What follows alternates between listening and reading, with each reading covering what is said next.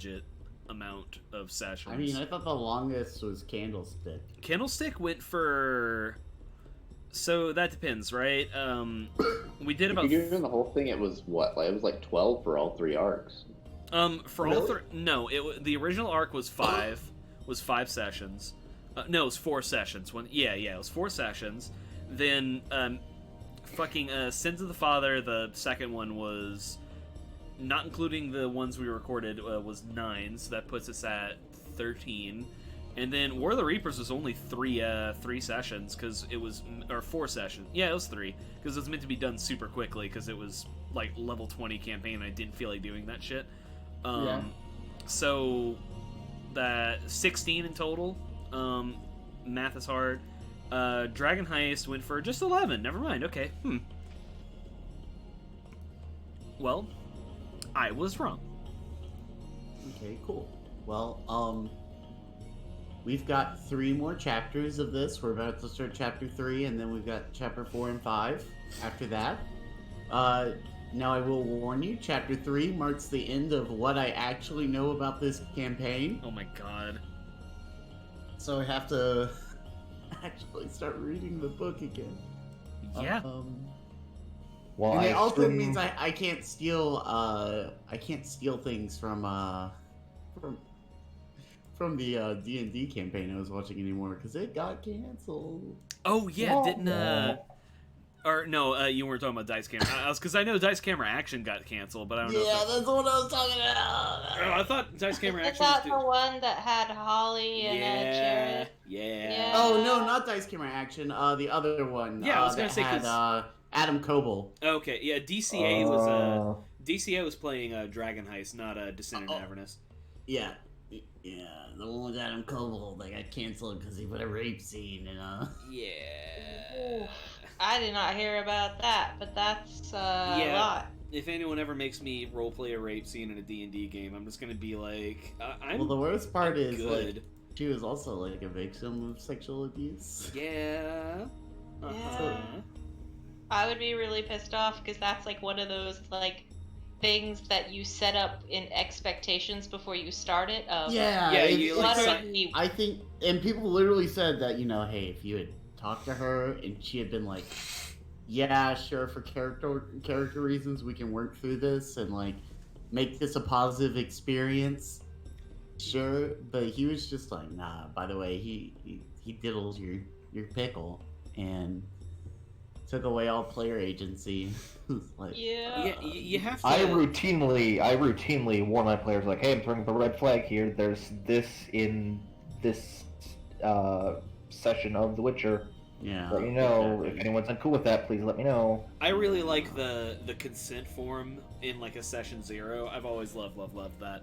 Yeah, it's pretty cool. It's I always just a don't favorite. think I need rape in my high fantasy. Of course not. Yeah, I kind of like. That's what I was telling. Like, I was talking to somebody the other day. I was like, honestly, I don't know that I've ever like, other than like sweet romances and like, like high school sweetheart settings, kind of quote unquote. I don't believe that I've like really had like romantically involved characters.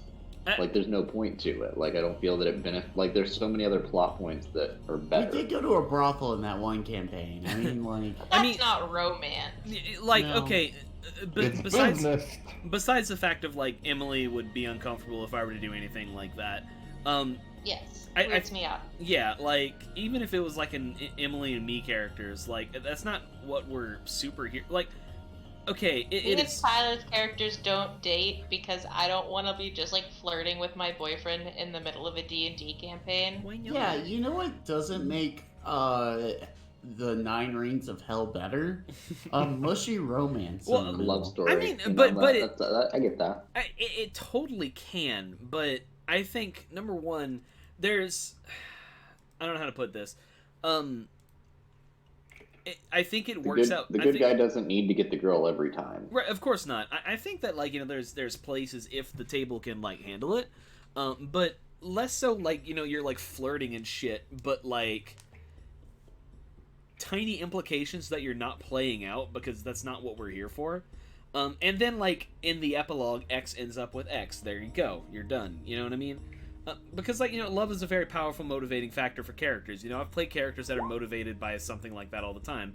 In my Wednesday games, my character's a druid who's trying to save her wife from, like, a deadly curse. But we're playing the part about saving her from a deadly curse. We're not, like, okay, yeah, I give my wife a kiss before we leave or whatever, like, whatever. I'm like, you know what I mean? It's and good then for... I throw her on the table and I take her. No, stop it, stop it. God. This isn't Conan the Barbarian. No, but you see what I'm saying? It's like, there's places for it, and it exists, and love is a very powerful, like, thematic thing in literature. And what is this except for us, like, collectively improving literature? But I don't think any of us are here to, like, roleplay romances, you know what I mean? I think it could be, like, a theme in backstories. It could be a thing in, like, epilogues and stuff like that, but I don't want to roleplay a dating simulator mid-campaign. That's fair. Tiny little things like, oh yeah, X thinks she's pretty, and that's it. That's my stance, anyway. X thinks Y is a pretty cool gal. One dynamite gal. Do you want to go steady with me? You wanna wear my Letterman jacket? Oh shit. It's I have actually a +1 Letterman jacket. Oh shit. Resistance to nerds. Okay, Alright. but I have a Letterman jacket that has a Quiz Bowl patch on it. Oh my god. Yeah, no. I was a nerd. Klonos is. I want Klonos to have a +1 Letterman jacket that gives bonus damage to fucking up the nerds in the library. See, I didn't get a Letterman jacket because I thought they were for dumb kids. See, mine was like, oh, look at all those volleyball patches, and then you'll see this little lamp, and it's like Quiz Bowl, and I'm yeah, like, I could have had one for marching band like a dozen times over. Yeah. But Yeah, I lettered in marching band too, but yeah. Yeah, that's not something that I was super thrilled about. Like, no, I was dude, like, our band was like predominantly the cool kids. So like, yeah, we kind of had the same thing. We were not the cool kids. We were the accepted kids, but we were the only. I fucking hate how cool I was in high school, dude. We were the accepted kids because we were the only extracurricular that actually won things. That's true. oh my yeah. god. So people are just like, people are like, oh, the fucking band kids are like, all right, how many trophies you got? Suck a dick. Okay, but like, almost every, like, band, like, marching band I know of is like, where the drugs are located. Correct. Like, it's not a bunch of fucking squares. It's just a bunch of kids who like to play instruments. And also, wow, there's a lot of drugs here. Yeah, there's a lot of drugs. See, and there's actually a what's the word I'm looking for? A study where they took statistics of what by subject, which teacher is going to lose their license for what reason, and band directors are most likely to lose their license for drugs. Yeah. Oh, speaking of which, I need to know. God damn it, dude. I hate that you rolled a 20 on it, too. I know a teacher who just lost his license for drugs, but I can't talk about that, so. Anyway. Non-stream. You want to move on to something that's in the public record? I know a teacher who got arrested for You want to move on to raping D&D? a minor. Yeah, I guess we could play D&D. Yes, yeah. I mean, We got our mandatory 30-minute bullshit session out of it. Well, 15-minute bullshit. We're Well, at, like, it was 50 45 minutes. We had to wait for Isaac to get Yeah. home. It Yeah, wasn't that's like we on were me. just fucking around. Oh boy. Tyler! 9 years in Goblin years is like, there's some consent there, right? I don't wanna debate this. Do you think that, like, so that's the thing, like, let's talk about age of consent in the Forgotten Realms. Do you think there's like no, stop. do you think there's like some moving target math there? Like, because obviously goblins mature around like the age of like 8, right? Yeah.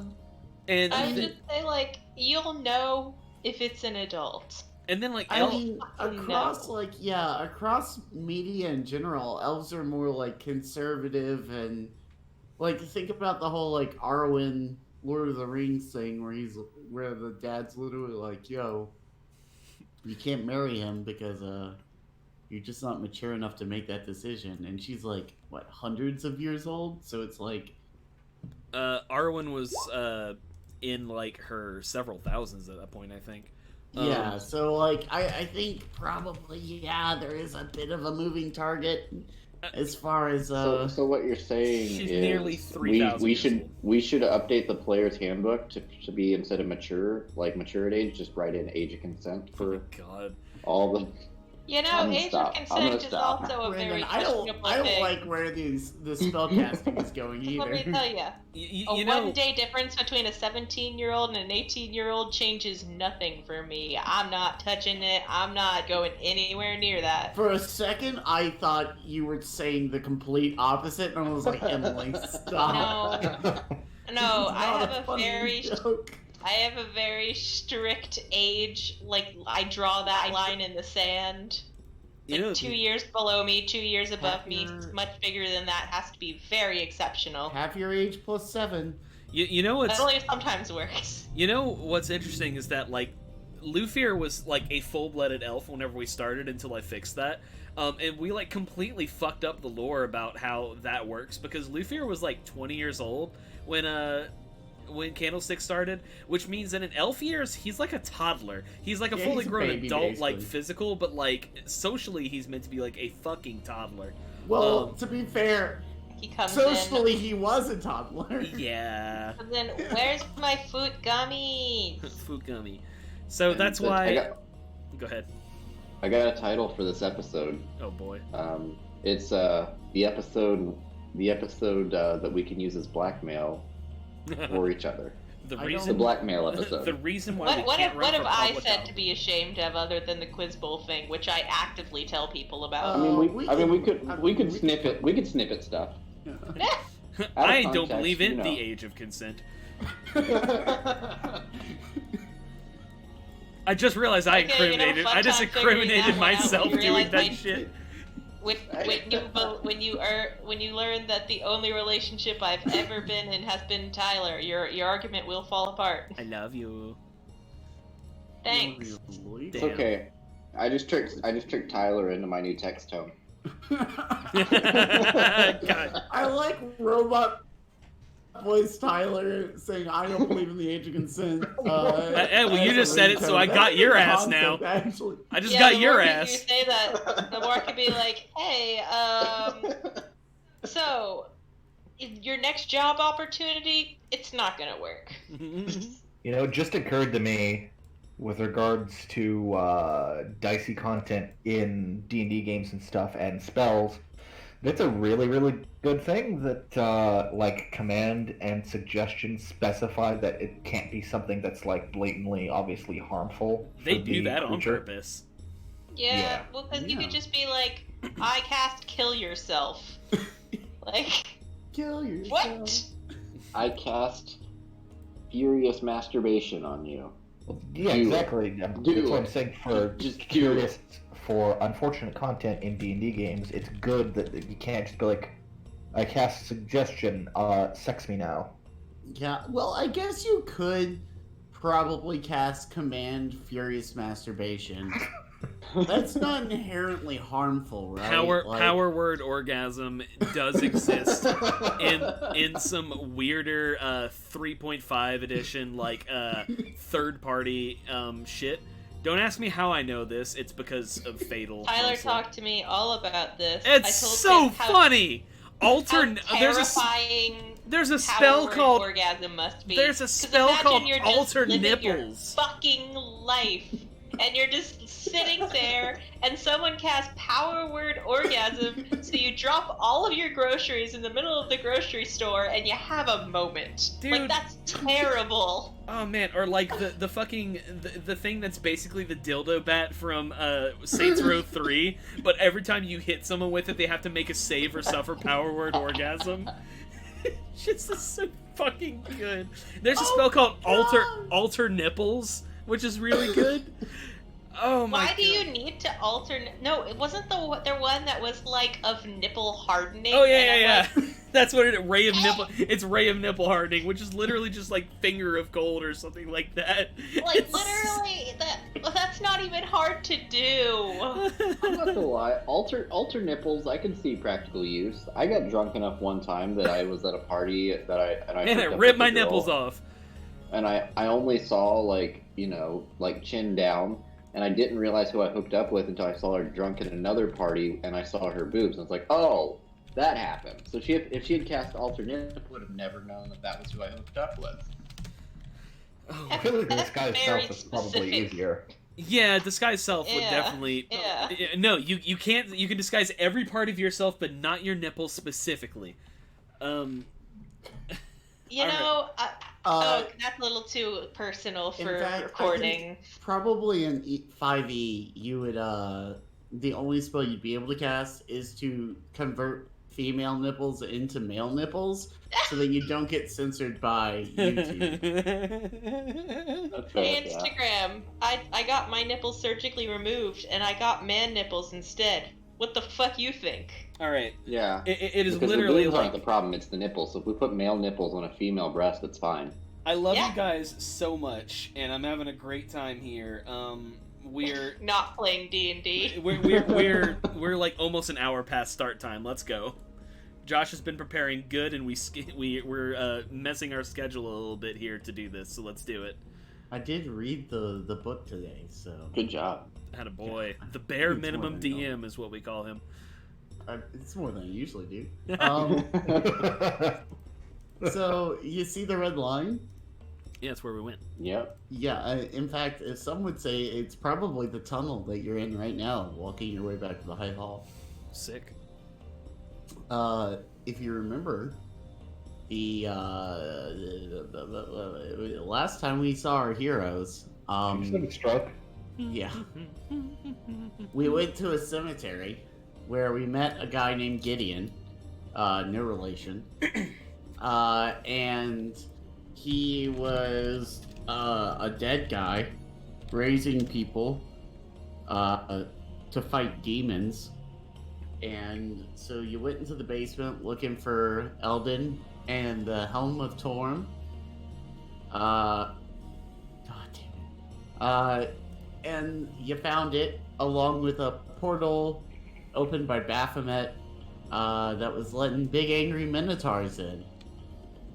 And so you killed some minotaurs with the help of your trusty sidekick Clicky, who is Best NPC ever.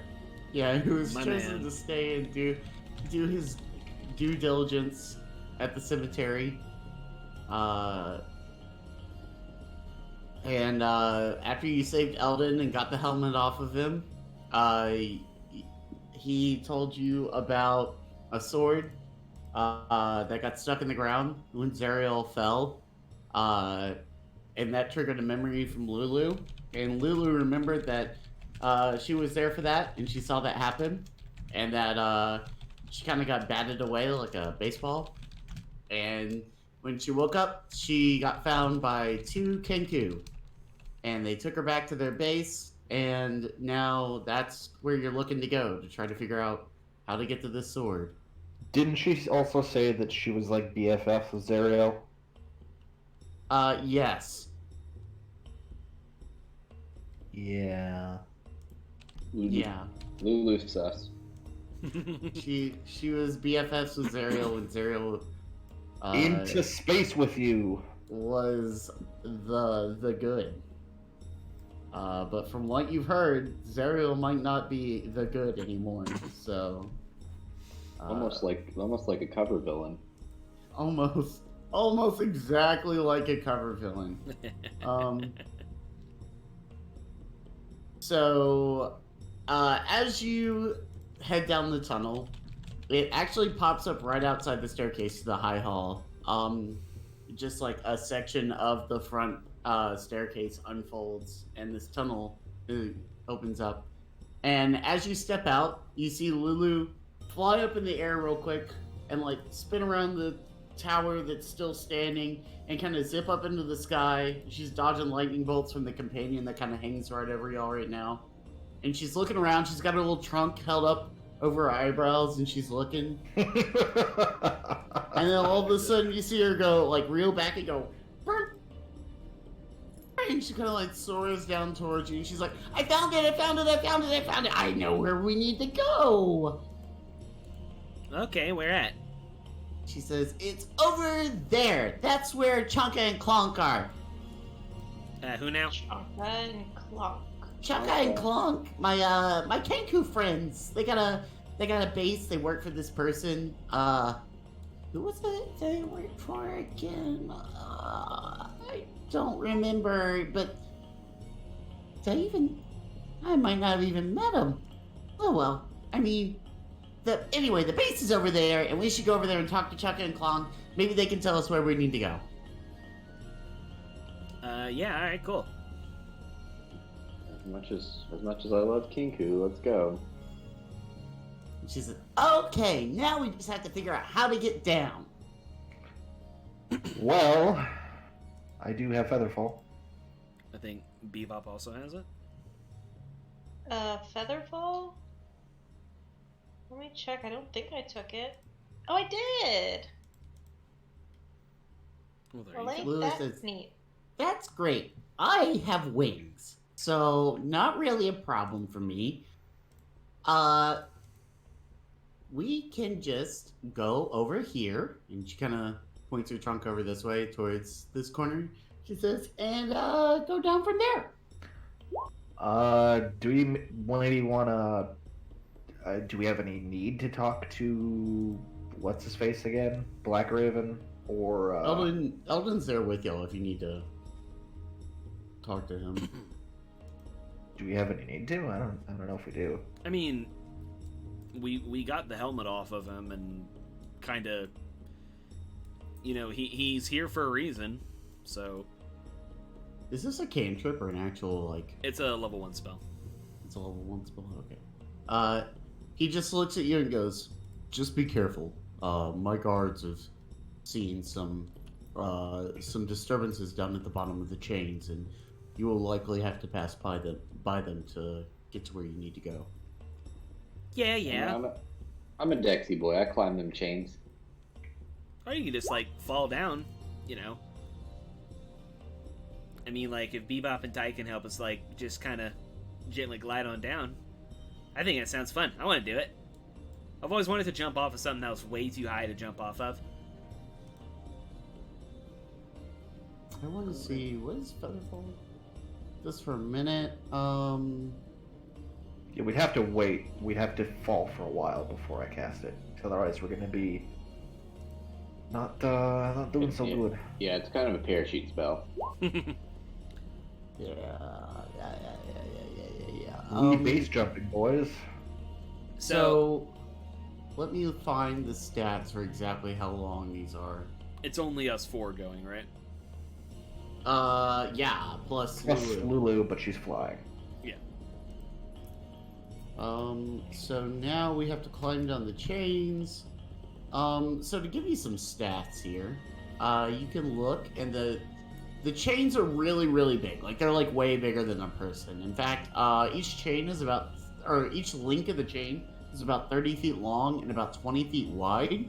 Woof. Oh, that's much, much bigger than I thought. Yeah, and they're formed of, like, welded loops. So they are, like, a big loop, and they're about 5 feet thick. So, like, I mean, like, I don't even know if you could wrap your arms around it, right? Like, a 5-foot circle, I don't think you're getting your arms around that even. On top of that, they're covered in iron barbs. They're, like, 1 foot long iron barbs. So, not necessarily super difficult to even walk or, like, climb down around. You'll have tons of handholds and everything for footing, and the chances are the chain is going to be heavy enough that it's not going to move under you, right? Like, your weight is not going to be able to offset these chains.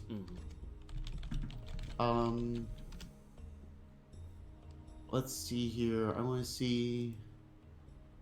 Featherfall. Yeah, but I can't remember how far it is. Why would you not just... Um...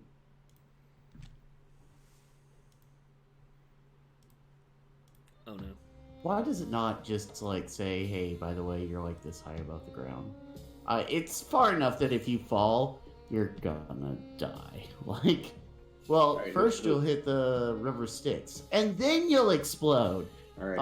Anybody who wants new characters, now's your time. Oh no, Tig forgot to cast Featherfall on X character. I think it's like...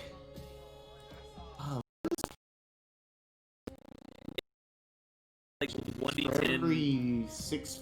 10 feet over, I think, over 60 or 50, something like that. I think it's 60 because it's your full dash movement. So I think it's like 600 feet in the air, essentially. So it would be a shit ton of dice. So we're just gonna say if you fall, you're probably dead. What if you had like that half orc feature where it's like you save one HP? I don't think that works when your body is splattered on the ground. Like, if you're a bloody, pulpy pile, I don't think that feat works. So... I have 1 HP left. I just fell thousands of feet, but I have 1 HP. Yeah, no. I don't think that will work, friend. Anyway, Kaja, in the back of your head, you hear... Don't forget that you were also given a map by Savicus when you left. Oh yeah, hey guys, we got a map, remember? I just remembered, and I don't remember how. So this is a map that Silvira gave you. When she gave it to you, I may have honestly forgotten to tell you that you had this, but you do have a map of Avernus. It is not well made. The person who made it went insane. Because maps don't necessarily work in Avernus like they do in other places. Depending on who's in charge, the demons or the devils, the terrain shifts, things move around, distances and days and stuff like that. Kind of freak out and lose it. And it's just not good. So if I was going to give you, I guess, since we're just going to Featherfall, we're going to say that you take your time and you get over here to this spot without any problems. And as you look down, you kind of see something that looks like this. And like, you can kind of make out some things, but not really. You're roughly around here. This is, okay, cool. Alright, let's go kill Sauron. Yeah, so you're like here-ish. Well, this place sucks. Just way up in the air, and the chains are kind of like on either side of the river, slowly dragging it down into the river itself. Mm-hmm. So, yeah, and you're trying to go, like, this way. There's, like, a little base thing over here. Where at? To get to Mordor. Got it. Red ping. So we're gonna have to jump and cross a river of what is presumably blood. Well, no, you can jump on this side. Okay. Like I said, like, you're oriented here. This red river here is the river Styx. I believe it is, red for the artwork, not for the need, you know? Mm-hmm. But, yeah. So, you just gotta cast Featherfall whenever you want to. Okay. Emily has to go and get a tapeworm medicine for the cats with her sister. So I will take over Bebop for the time being. Okay. And yeah, I think what happens is that in order to make sure that we're all falling as closely together as possible, Kaja's gonna climb up on Bebop's shoulders, and then we can prepare to base jump and Featherfall like the last possible moment. If that works for everybody. Yeah. Sounds good. There, yeah. Okay. And so you just hear like a woo, just slowly drowned out as she falls down. Yeah. So as you all land, you kind of like, float down, or as you will. Let's see here. And as you get closer, you notice surrounding the bottom of each section of chain is just this huge swarm of devils. Here, in fact, I have box types for you. Armored legions of devils encircle the enormous posts of infernal iron that anchor Elturel to the rocky ground. Squads of demons, fighting 10 deep in some places, hurl themselves into the devil's ranks. Most of those abyssal troops are lowly mains and dredges who die quickly in vain attempts to drag down devils so that stronger demons behind them can strike killing blows. A dark river cuts a path across the blasted landscape and flows directly beneath the city. Floating on the river are demonic barges being assailed by squadrons of winged devils under the command of a terrifying pit fiend wearing an eyeless helm and clutching a battle standard. So as you land, it seems like the devils and the demons are very busy with each other. They don't even seem to notice you. Well, that's lucky. So like Lulu, you said you've been here before, right? She says, yeah. Is it always like the big party that's going on over here, like all the time?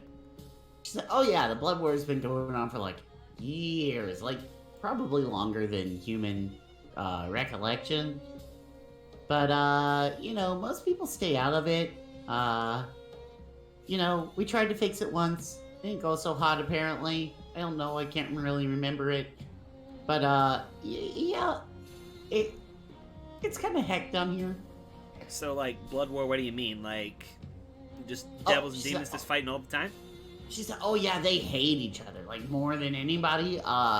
Basically, they think that the demons want to be in charge, but the devils are in charge right now, and they're usually in charge. So they fight constantly, and it makes everything go kind of wibbly wobbly. And like, depending on who's winning, it could change things. I don't know. It's a bad time. The demons are doing really well. You see more demonic stuff going on the Prime plane, and if the devils are winning, they have more influence over the humans, and Avernus is basically the gateway back to your world. So, huh? Okay, that makes sense. We always like to talk about whenever we die, we go to like a nice little plain out in the wherevers, and there's like grass and there's like beer and stuff, and we just go and we just fight for like pretty much forever until you get tired of it, which I think is never. It's kind of like what's going on over here, except it ain't as pretty as they talk about. Lulu looks at you and goes, yeah, maybe you'll go there. You could also just end up back here, who knows? Not I! Huh. Alright, well, if we've landed safely, let's say we get going. Yeah, she points her trunk over here and she's like, it's that way, look for the big hand. Alright. Do I see a big hand? You do not see a big hand, but she does point in a direction. Oh, Avernus feature. Word feature lightly. So trans in Avernus. Let's see here.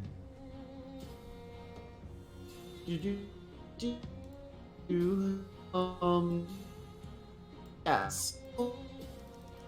Avernus is a combination of oppressive heat, natural malevolence, bodies who are not evil, a non-evil. Normal travel through Avernus as a force must make a constitution at the end of each hour. All hearing him. Yeah. Okay. I was gonna ask. I popped out back in because I was like, Okay, it's Robo Josh. I thought it was me. Okay. Me. That's why I popped in and out. Yeah, my internet is shitting itself. Give me just a second, I'll be back.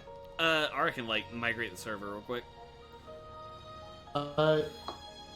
Yeah, maybe try that. That It might just be my usually helps. Let's see, but I mean, yeah. Is that better? Sounds My better. internet says it shit. Little robot-y.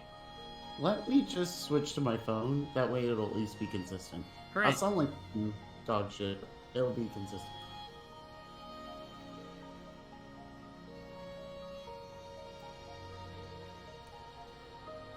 Love this map. This map's beautiful.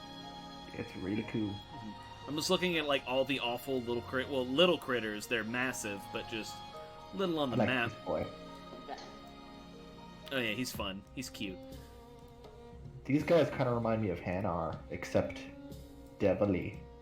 Yeah, they're just like oh shit, they kind of remind me of the Silt I wonder if Striders. they're related to Flumps. You think like in Morrowind, like Silt Striders? Yeah. Okay, so Or we got meshes. Is this Sauron, better? We got more. Oh, much better. You're not a robot We now. got giant Okay. eagles. Are we playing Lord of the Rings? I sure fucking hope so. So anyway, like I said, Avernus has some quote-unquote features, right, that you should probably know about. One of them being travel. Basically, if you have to walk anywhere, it's kind of like a forced march. Basically, everything's super hot here, and it's evil. So if you are a non-evil character, Oh, no. you have to make a DC 10 plus 1 for each hour traveled. So if you travel for an hour, it's gonna be a DC 10 plus 1 save. If it's travel for 2 hours, it'll be DC 10 plus 2. Got it? What kind of check is it? I believe it is a Constitution save. Yep, Constitution save. So if you fail it, you will take a level of exhaustion. Woof. But that tracks. So let's see here. It's going to be DC. So it'll be 10. For 10 miles, it's probably going to take you. Let's see here. 10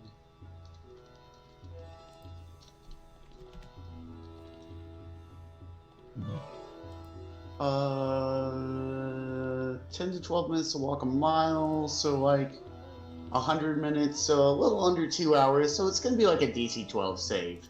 Hey, look, guys, I found the Sword of Zerial. That was easy. It's right here. Wait, what? Oh my god. Alternatively, I also need to make a dialogue very quickly. Ooh. Alright, so do we make this save now? Yeah, go ahead and make a save for me so we can get it out of the way. Hooray. The die roll is fine. I just Yeah. made it. You just made it, yeah. Oh no. Walker did Hold not on, make it. Hold on. Yes, I will, because I have a fun new feature called Arcane Deflection. When I'm hit by an attack or fail a saving throw, I can use a reaction to gain a +2 bonus to AC, or a +4 bonus to a saving throw. So that's a 15 now. Alright, then everybody just barely makes it. He begins to feel hot, and then he just shoots off some arcane energy that kind of congeals into like a cooling foam. He just pulls on a magical, War magic basically fire just extinguisher. War magic just basically makes light armor more fun. Nice. Yeah, Kaja did double it. You were correct. Say, like, everyone just barely did it, but I got a I mean, yeah, 17. you blew it out of the water. Tigan and Walker, not so much. Yeah, had I not taken this class, yeah, it would have been real fun had I not just gotten this new feature. Yeah, so there's another fun thing. So on long rest, and I should tell you this now because this will probably change how you want to do long rest and short rest. So on long rest, your character has to make a DC 10 saving throw if they aren't evil. If you fail, your alignment automatically changes to lawful evil. Holy shit! And if you don't leave the plane in 1d4 days, it permanently becomes that. What? Wow. Oh. Wow. We can talk about what that means or what that looks like, because I mean, I don't think that, like, I'm not just gonna be like, hey, your character wakes up with a handlebar mustache and I'm Dick Dastardly. Okay, but what if eyes glow red instead of green? This can be removed if you cast Dispel Good and Evil and Good on the person. Oh, Prior to the permanency or after? Any time it seems like. Okay. Huh. If you have Dispel Evil and Good cast on you, it will restore your alignment. Dispel evil and good? Yeah, Oh wow, that's Dispel a Evil and fucking super high level. I was about to say, good thing we have a cleric, but I'm a level 1 cleric. That's a 5th level spell. I mean, also Yeah. we loaded, so we could just pay off some dude. That's fair. That is true. You could maybe do that. All right. Well, shit. I mean, yeah, that makes sense with how the planes work. So, okay. So that's the things you get to know about right now. Since everybody made the roll and the dice didn't damn your fate, yeah, you guys are walking for what seems like a couple hours, and then all of a sudden, you kind of like crest a hill, right? And over the top of the hill, you see what looks to be another hill. But the hill kind of looks like fingers extending from the ground. It seems to be like almost a hand reaching up to grab something. And surrounding that hand is just trash everywhere. In fact, it's so deep that in parts it's built up ramparts around this thing in kind of a circular area, and you can see kind of a trash-made gate in front of it. It's my. Well, to hand it to you, Lulu, you sure know your stuff. She says, "There it is. That's the place we gotta go. I know it looks a little trashy, but I promise you, Chukka and Clonk are there. They're gonna point us in the right direction. We're gonna go get this sword. We're gonna find Zariel. We're gonna fix things. I promise it." We go there. It's just my room. Well, okay, yeah, that's cool. I mean, yeah, they could stand to do a little bit of spring cleaning, but whatever. I ain't want to judge. Okay. Yeah, as you get closer, you can see there's some like battlements, kind of like just around the fort, and there are little people or little creatures running around the top of the fort, and so every once in a while they'll stop, and then kind of keep running, and then stop, and then kind of keep running. So there's a gate of trash somewhere out there. Yeah, there's a gate there. As you get closer to the gate, you see that there are some houses, kind of built. They're more like shacks, right? They're built out of the trash, but it looks like maybe there are like some beds and stuff around, but you don't really see anybody other than the people on top of the gate. Okay. I think unless anyone else wants to take point, winking at Tig, Kaja will poke up to the gate and be like, "Hey!" Just like calling out for somebody. All of a sudden, you see a little red hat poke up over the side, and below it there are two little eyes. And you hear, "Stop right there, you filthy, dirty main wielders! Motherfucker. State your business!" Yeah. And then all of a sudden, like, 3 more pop up along the side. Yeah. We're Go ahead. we're not really main worlders anymore. This is kind of your guys' fault. We were up there when Elturel. You guys dragged us down, so technically we're one of you now. You see them kind of like turn and like duck Yeah, down, the and then you you hear whispering, and they're like, "We are not of this plane either. See, Either. One of us. But we are not of yours. Oh, Damn. tell me what you do here." Yeah, we're looking for Clunk or Clank or whatever. And you hear Lulu in the background. It's just kind of like, "Chuck and Clonk, we want to speak to them." And you hear more whispering. And you hear one of them go, "If you want entrance into our village, you will answer our questions first." What is your name? Yeah.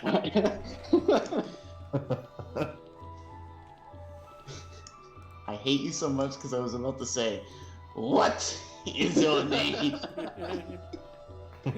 Oh boy. And you hear one of them behind you goes, "Hey, I said what the quest is, too." He goes, "Oh yes, and also what is your quest?" We're to find the Holy Grail. He says, he is whispering. You hear him go, "What is the password?" And you hear another one like talking on his shoulder, and he's like, "We don't have a password." He's like, "I know, but they don't know that." It ain't password, is it? You hear whispering, and they're like, "Oh, you are correct. Now, the last thing you must do to get into our gates," and you hear snickering at this point. Like, somebody give me a perception check. Oh boy. I got it. Okay. I got it. Okay. I do the thing. I got a plus Or 5. an insight check might be better, but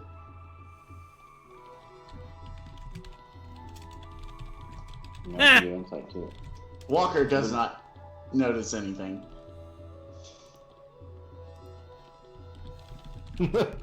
Damn. God.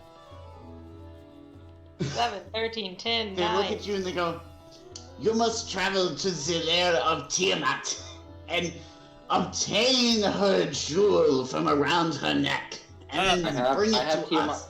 I have Tiamat jewels. They are, Emily, they are very clearly fucking with you. Like, Bebop just says, "I don't think I'm gonna do that," and just starts walking towards the door. I'll actually hold out that like mask of Tiamat or something. What do I have? I have Tiamat shit. What do I have? I know Bebop has the crown and the broken dagger. Yeah, I got daggers with runes. I hold this up and be like, "Is this it?" they're like, "No, the other one." And you hear more giggles. Bebop I goes think to Tig open is just the door gonna- even though they're trying to block it. Yeah, as you walk towards the door, they're like, "Oh, she does not, they do not want to play with us anymore. Oh, I guess let them in to meet the boss." Tug just begins to jam. Yeah, I was gonna start, like, breaking down the door next. I mean, you do your little string fiddling, like, whatever. Would I technically get a +2 bonus on performance checks with my +2 liar as well? I don't think so. Because, I mean, think about it. It's essentially acting as a spell focus. Yeah. And performing while entrancing and enchanting is not a spell. So, as the gate opens and you enter, you see these little creatures. If anybody would like to give me a nature or arcana check on them, I can tell you what kind of creatures they are. Bebop's good at those. Anyway, while you're rolling that, the area enclosed by the rampart is littered with trash and mechanical parts, some put together in a way that resembles a vehicle. Ramshackle structures built from the same junk as the outer wall provide shelter. A platoon of small fey creatures mill out, all looking like feral gnomes. Several of them sport red caps, some of which drip with vile ichor. Walker and Bebop recognize these as red caps. Although the ones that are dripping with ichor are mad caps. They are basically like demonically possessed red caps. As you walk in, a pair of Kinku examine one of the strange vehicles, chattering to each other in high-pitched squawks. These Kinku carry an assortment of strange tools. When they see you, they turn and stare in wonder. And Lulu kind of zips around you and goes, Chaka, Clunk, it's been too long, guys. How you doing?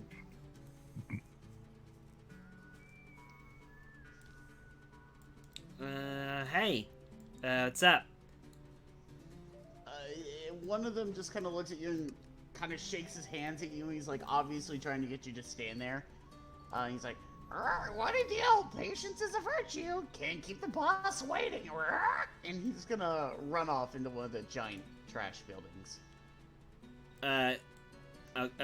It's like, Clunk, what's up with Chukka? You just like took off. We haven't seen each other in a while. Like, figured you want to say, hey, how's it going? And hang out, you know?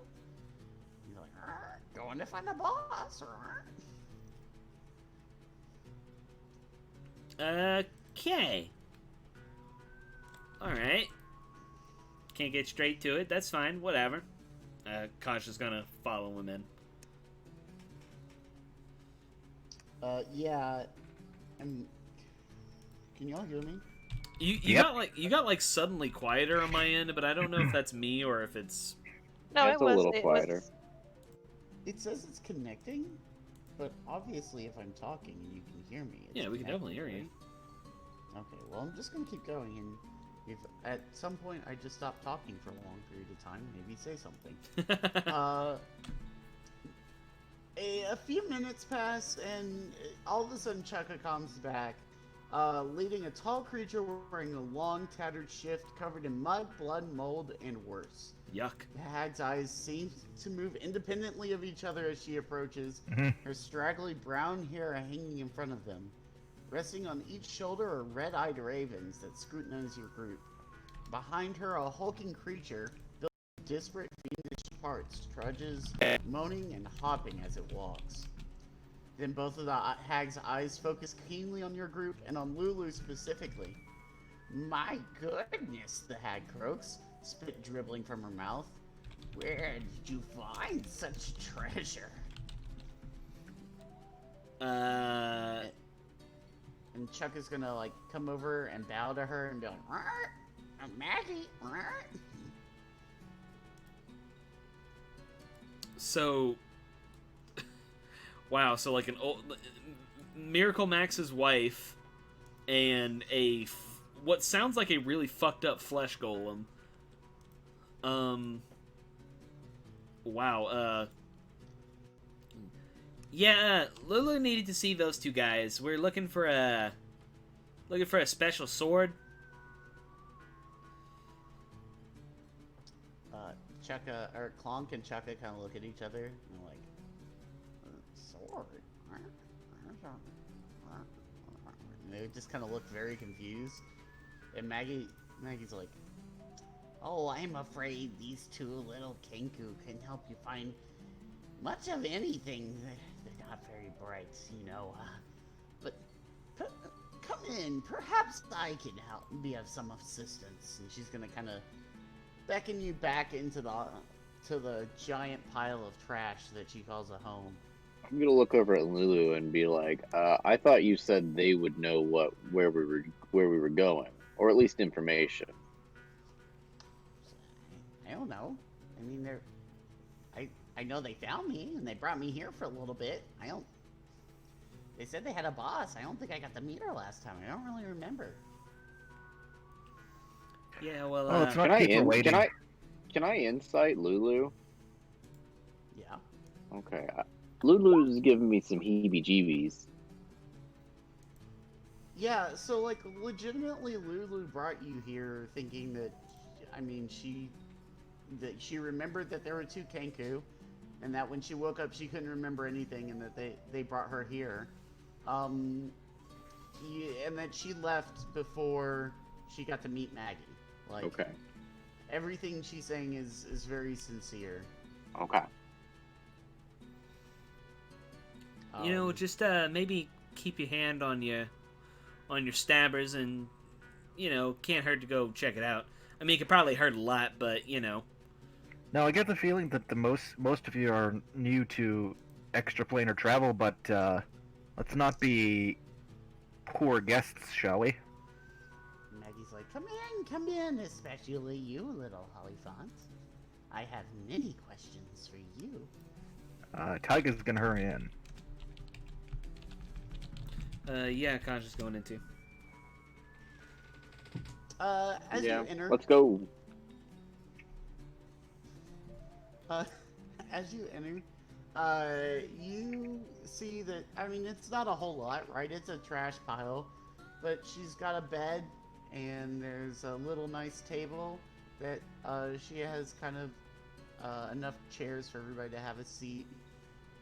And she seems to be over by a fireplace with a tea kettle over the fire, and she's like, "Come in, have a seat. I'll let the old Maggie make you a cup of tea. Wouldn't want to be a bad hostess, now would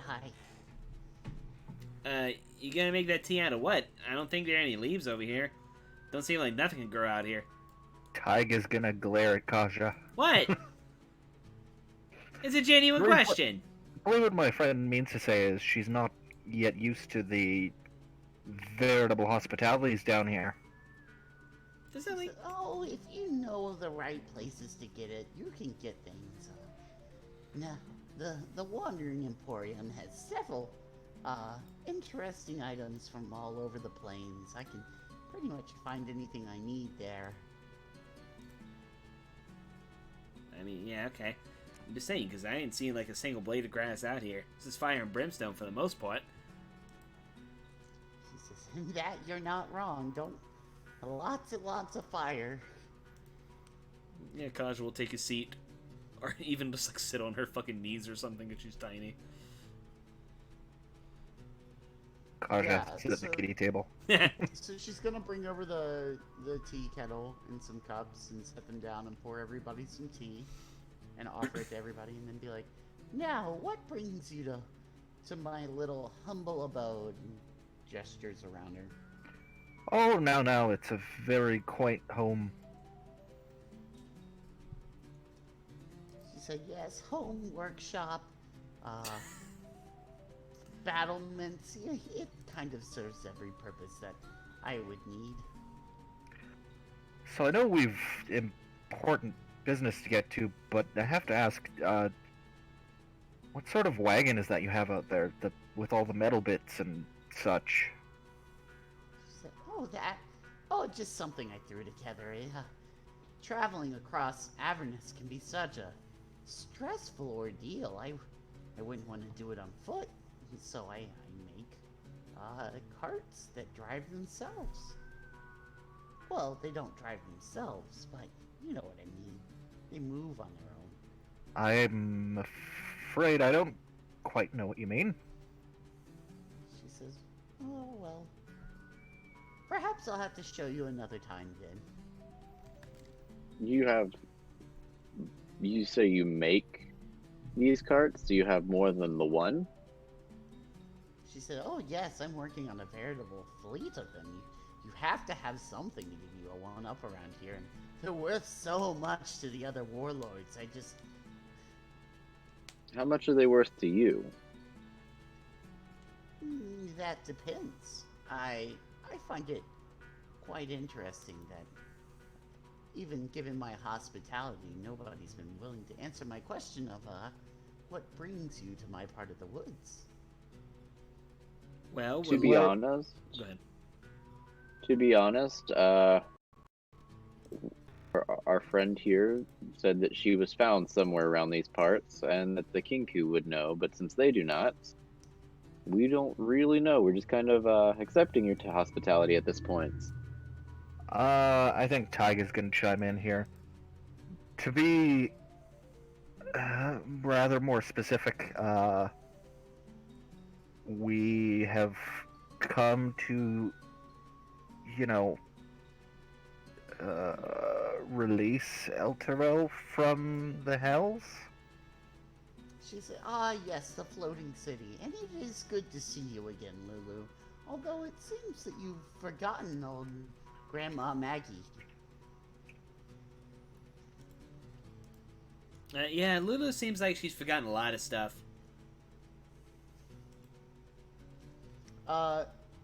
Maggie goes, is that so?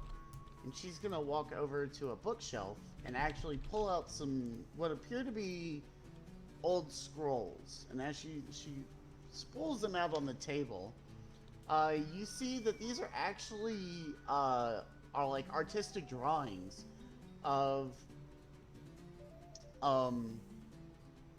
the things that happened in the past, specifically the fall of Zariel. She goes, the ruler of this land, Zariel, one of the archdevils. She has a very interesting tale to tell. You see, long ago she led a group into this land, and it appears that she fell before the might of the demons. As she says it, she kind of points to different pieces of art depicting her fall. And Maggie notes, and it just so happens that in the background here, there happens to be this little floating elephant of pure gold. And she kind of looks up at Lulu. She says, Lulu, I would know more of the tale of Zariel, if at all possible. You know, I'm kind of finding all that hard to believe.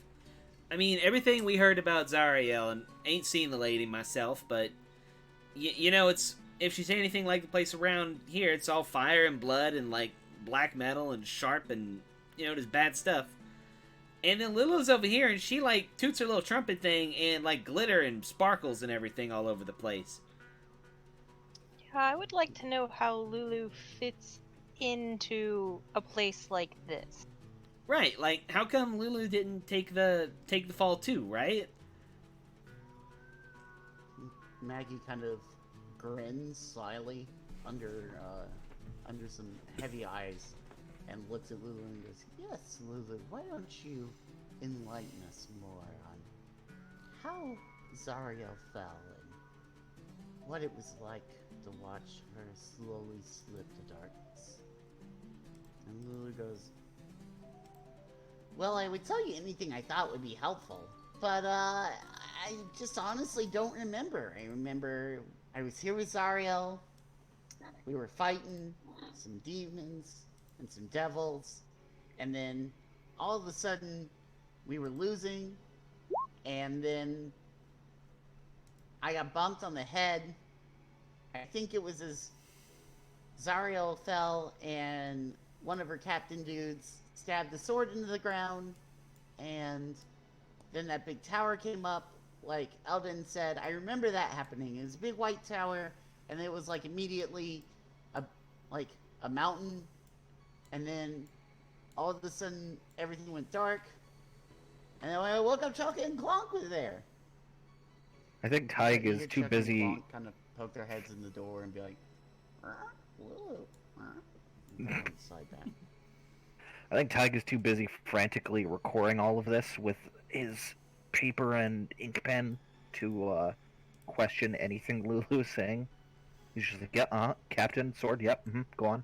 Kaja just completely trusts Lulu at this point. Maggie's gonna kind of sit back in her chair and put her hand to her face in a thoughtful position and look at Lulu and say, Lulu, my dear, have you been having memory problems lately? And Lulu's like, yeah, sure have. Actually, for a long time now. Pretty much since I came here last time. And she goes, I see. I believe that Lulu exhausted much of her celestial power and is, with all the damage that was dealt during the fighting, she probably legitimately lost her memories.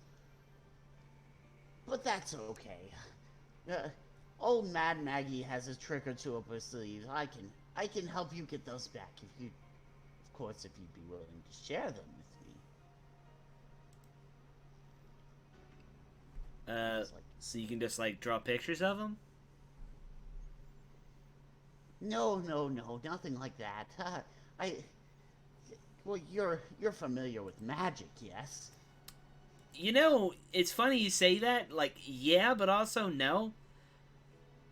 She says, "Well, I'm a bit of a witch myself, and I do have access to several powerful magics, including some to help uh, spark memories in those that have forgotten. In fact, I believe." Need to redo the. I need a new adapter. As long as you're here now. Okay, cool. It was funny because like anything you'd like to say in there? Fuck. I mean, I honestly can't remember because like the wave of rage over being disconnected from the internet. It's kind of like most of what he was saying was like filler words, like I mean, if you really want to. Thanks, This babe. isn't a read. It was what you were saying. I'll just stop role playing. That's fine.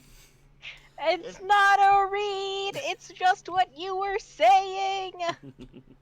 Maggie's gonna look at you and go, "Well, if that's the case," and she's gonna put her hands on her legs and stand up. She goes, "I must take some time to prepare. A spell like this doesn't just happen every day. It'll take me a bit of time. Could you all be ideas and poke around and see if you can't help out? I know Chukka and Clonk have been stuck on this vehicle for some time, and I'm afraid some of my other, well, for lack of a better term, lackeys could use some attention as well, and I'm not going to have time to give it if I'm helping you." I'm a smart boy. I can help. Oh, we'd be happy to help, ma'am. She says, I like the cut of your jib. And so she's going to go, and she's going to shoo you out of the building now and be like, "No, go, all of you, and I'll come find you when it's time for the goal." So,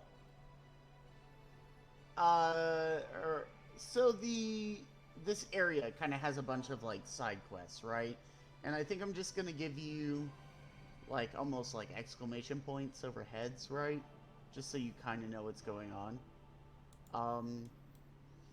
And I'll do it in a way that's kind of hidden here. So, everybody give me another perception check. I mean, I'm definitely just interested in the vehicle. Like, I don't know if I'd look around. Like, I'd just be straight to, like... Okay. I want to go fast. I am speed. For chow. Hey. Okay, so, then for Walker, you notice that Chukka and Clonk are over messing with this giant machine. And they're just like, every once in a while, one of them will go, and look really confused and whack it with a wrench.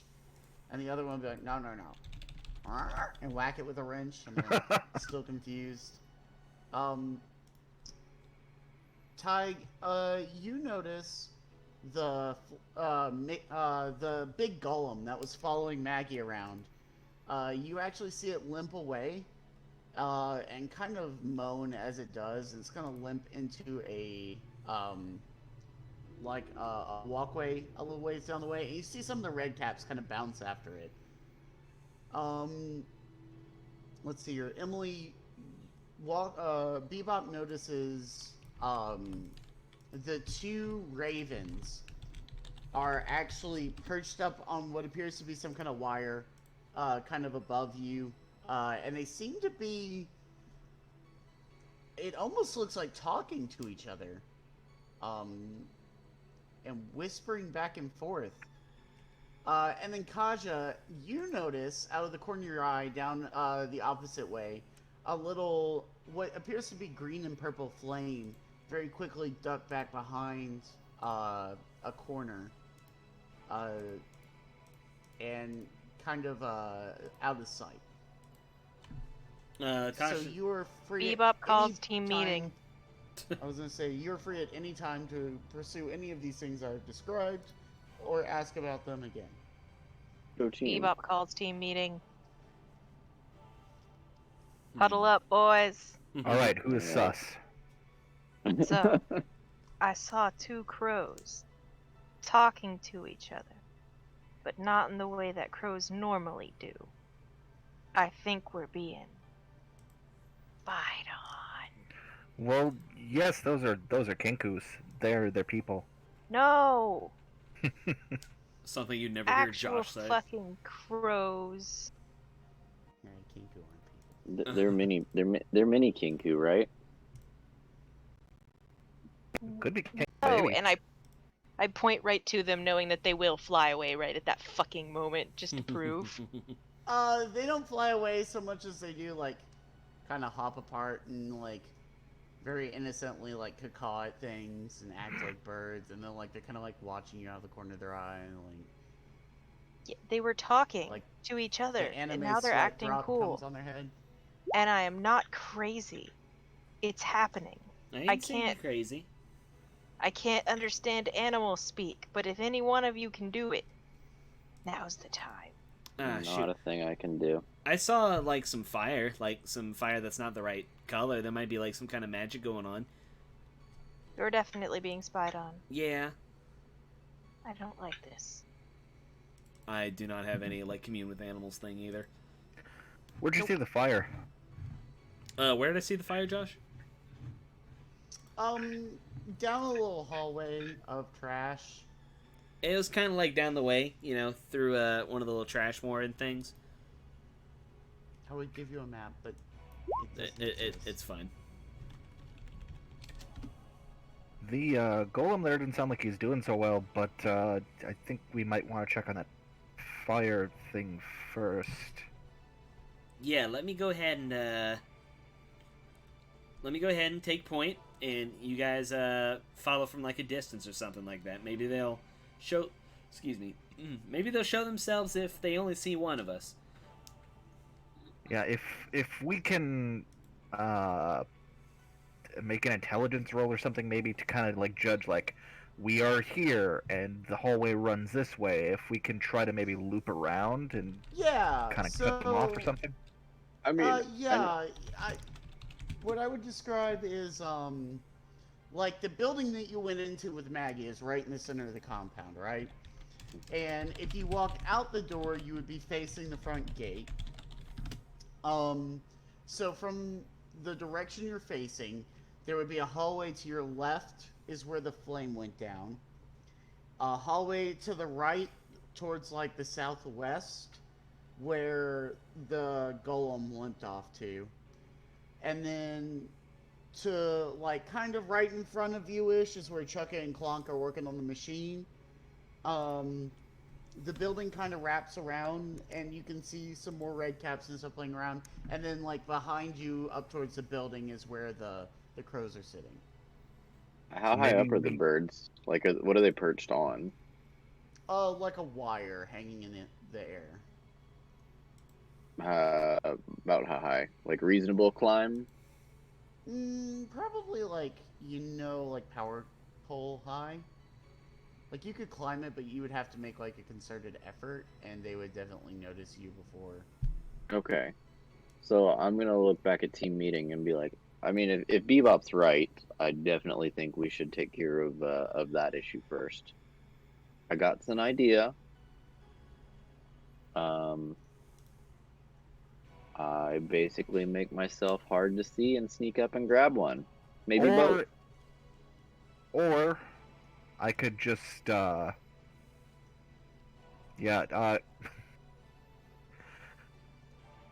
Tyg ask for consent before he cast the spell? No, I think I'm just gonna fucking go for it. Woof. That's a loaded statement there. Power word orgasm. No. Close. I can't name the episode Power Word Orgasm, sadly. It's also going to be 2 episodes because of how the stream disconnected. You can name it Power Wordo. Yeah, I'm gonna cast Hypnotic Pattern on those 2 ravens. Were they ravens or were they crows? Crovens. Craven. Are basically the same I still think they're baby kinku. Well, there's a big difference in like, well, not a big difference, a mild difference in size, and they are different things. I don't know. So what is this? This is a Wisdom save. Better colors that we range, which makes a wisdom saving throw. It'd be even handier if they just fell off the fucking wire and we caught them. You said a wisdom saving throw? What do they have to meet? 18. DC 18. Jesus, dude, they're not gonna make this. Okay. I want to. Can I Naruto run like up the poles and catch them? Like I want ninja. I mean, can you roll me an athletics check to Naruto run up the poles? An athletics or an acrobatics? You know what? You're right. Make it acrobatics. Yay! Because that would have been real bad as athletics. I think either would work, but I'm only mediocre with the +7. that doesn't work, you make it up the pole. Yay! You do you take like 3 or 4 steps and then jump the rest of the way. Did he get one? Well, okay. Yeah, and this is you all. kinda just snag them. Alright, I bring them down. And one of them, I'm going to hand one off to somebody else, like just say, here, to take this one. And the other one, I'm going to basically do an unarmed strike, just enough to do like 1 damage to snap him out of the hypnotic pattern, while I have it pinned down to the ground so it can't get free. I'm gonna Might hold want the to other specify, crow. like, It's mine. non-lethal. Yeah, okay, yeah, it's non-lethal. Like, I'm literally just like doing my unarmed strike to like do the 1 damage to. Snap Yeah. them out of it, yeah. I'm trying to get another thing set up for us so that we don't have to wait later on, but I can't remember how to get the I tokens to think show up. with the Ravens now incapacitated, I will go along if Kaja wants to check out the fire. Yes. So I think the Raven kind of snaps to. He's like, "I say, unhand us! Who do you think you are? I'll have Maggie know about this. What do you think you're doing?" You were whispering, and I don't like secrets because they are no fun. We were trying to decide if we were going to ask for your help on something, but I think that has long flown the coop. Jesus Christ. I like. I mean, them. I feel like you know more than you're letting on. What's going on, Bird? He says, "Well, if you must know the word, Damn it! God damn it! Josh has been prepping for this one. He says, my friend and I here have a problem, and we'd like some assistance. We are sick with bird flu. Stop. Yes, we have caught the avian flu. My friend Needles here, myself, by the way, my name is Pins, if you'd like to let me go so we can have God an damn it! honest conversation. I mean, an honest conversation is not started by you just staring at us. I'm sorry, and in what world do you expect that looking at someone is some kind of crime? I swear. Pins looks at Needles and goes, "Needles, I think these are buffoons. I'm not even sure they'll be able to help us with our problem." I still haven't got Needles is still charmed. And Needles just is like, he's like, "Ah." Pretty colors. Ah!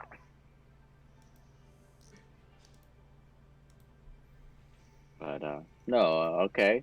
Keep talking, Bird. He says, "Well, if you must know,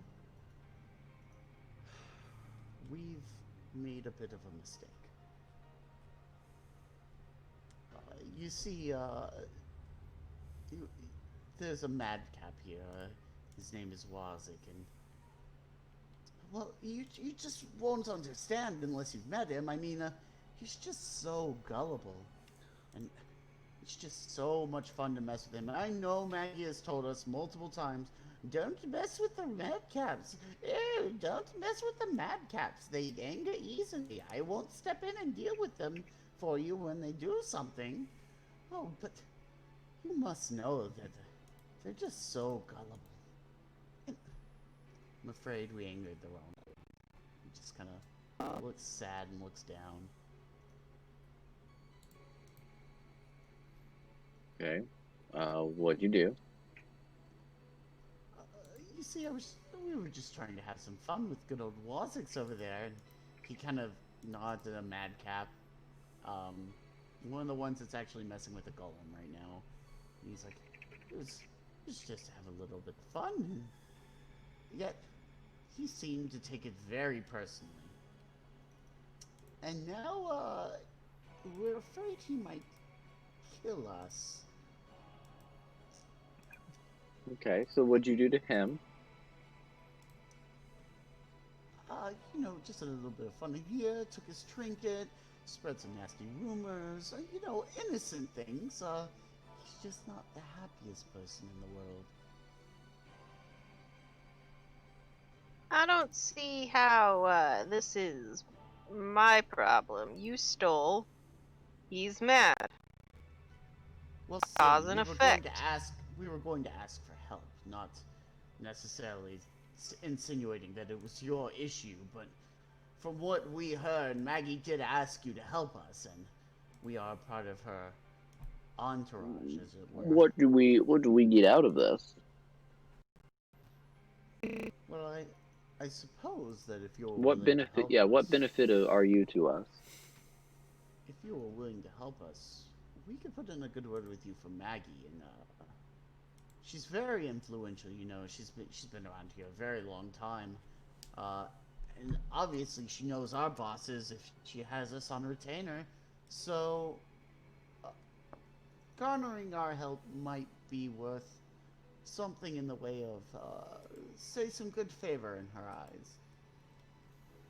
She might not show it, but she can be very fickle, and you didn't necessarily make the best impression talking to her the first time. Very standoffish.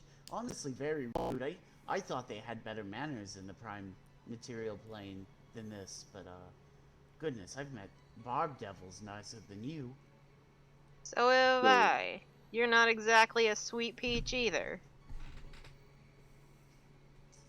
Or keep bad-mouthing me and my compatriot, and we'll go on and deal with our problems some other way, and let Maggie know that you've assaulted her. Two of her favorites. All right. What would you suggest? Are we dealing with your problem entirely, or just making it going away? And as I'm saying entirely, I give the knife to the throat. Yeah, Pins is gonna look at you and be like, a good job is one done all the way, I would say. He's a madcap. He just comes back, They're Fae. They're inherently magic to begin with. So then how would we take care of the problem if they're just going to pop back? Well, you see, that's the interesting part, is these are red caps and madcaps, not creatures of this realm. You see, when creatures of this realm die, sure, then maybe they come back as a simple lemurs or something of the ilk, but when red caps and madcaps die on a plane that is not the Fae, they return to the Fae.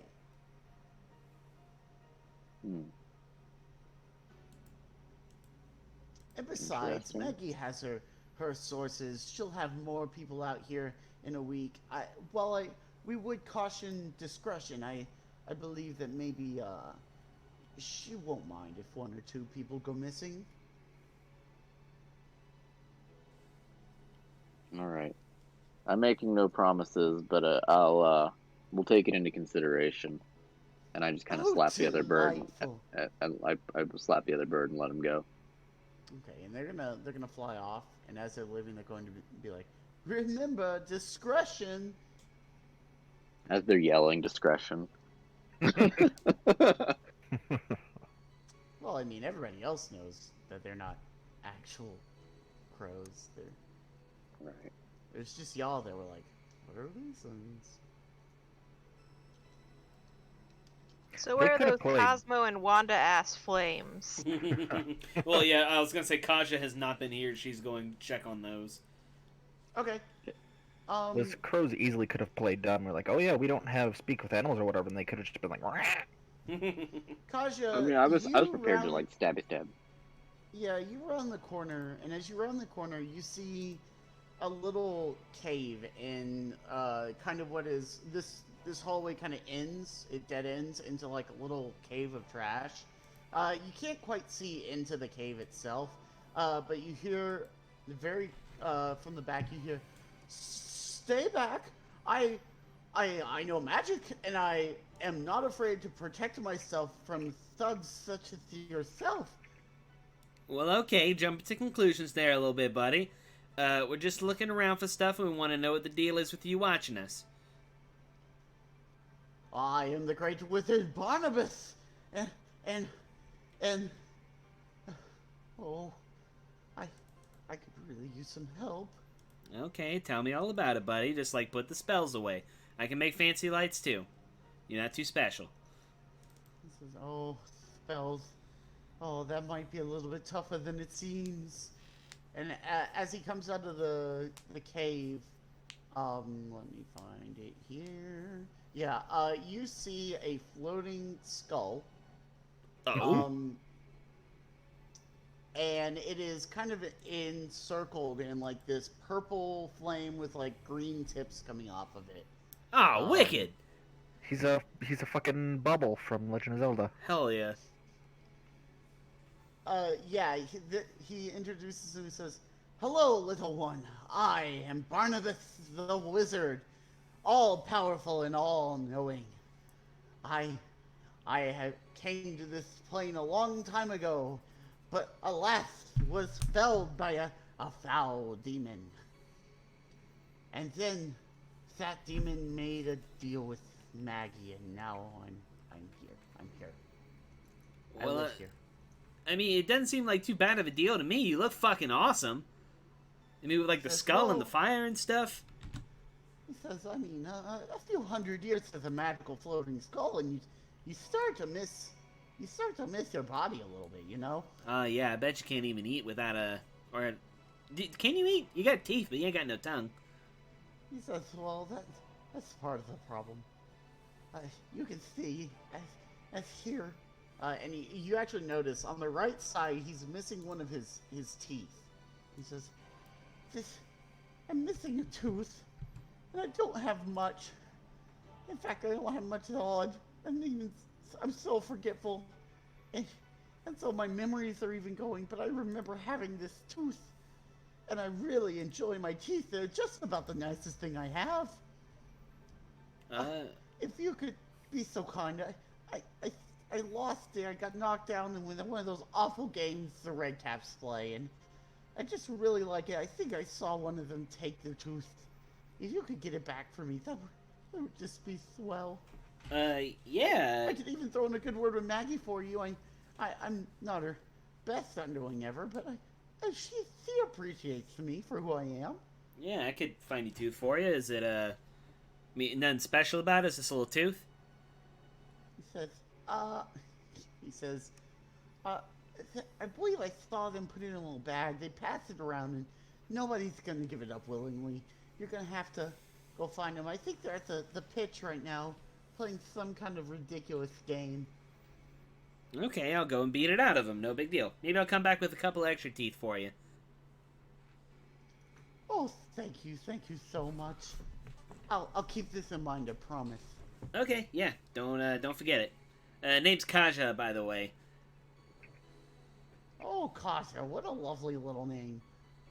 It's been so long since I've seen a goblin. Yeah, well, you might see me a little more often. I'm gonna grab my buds and we're gonna see if we can go teeth hunting. And thank you so much. Kaja exits the... Oh, go ahead. Yeah, he can't smile, but he does look happier. Kaja exits the cave, and she is like, "Hey, who wants to be a dentist?"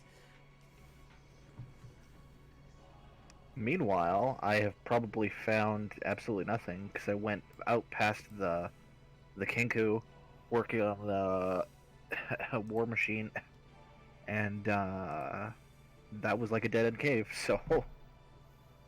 Yeah, that end is a dead-end cave. If you wanted to go after the golem, or talk to the Kenku, or go the other way around behind the building. I guess I would have ended up behind the building. 1 second.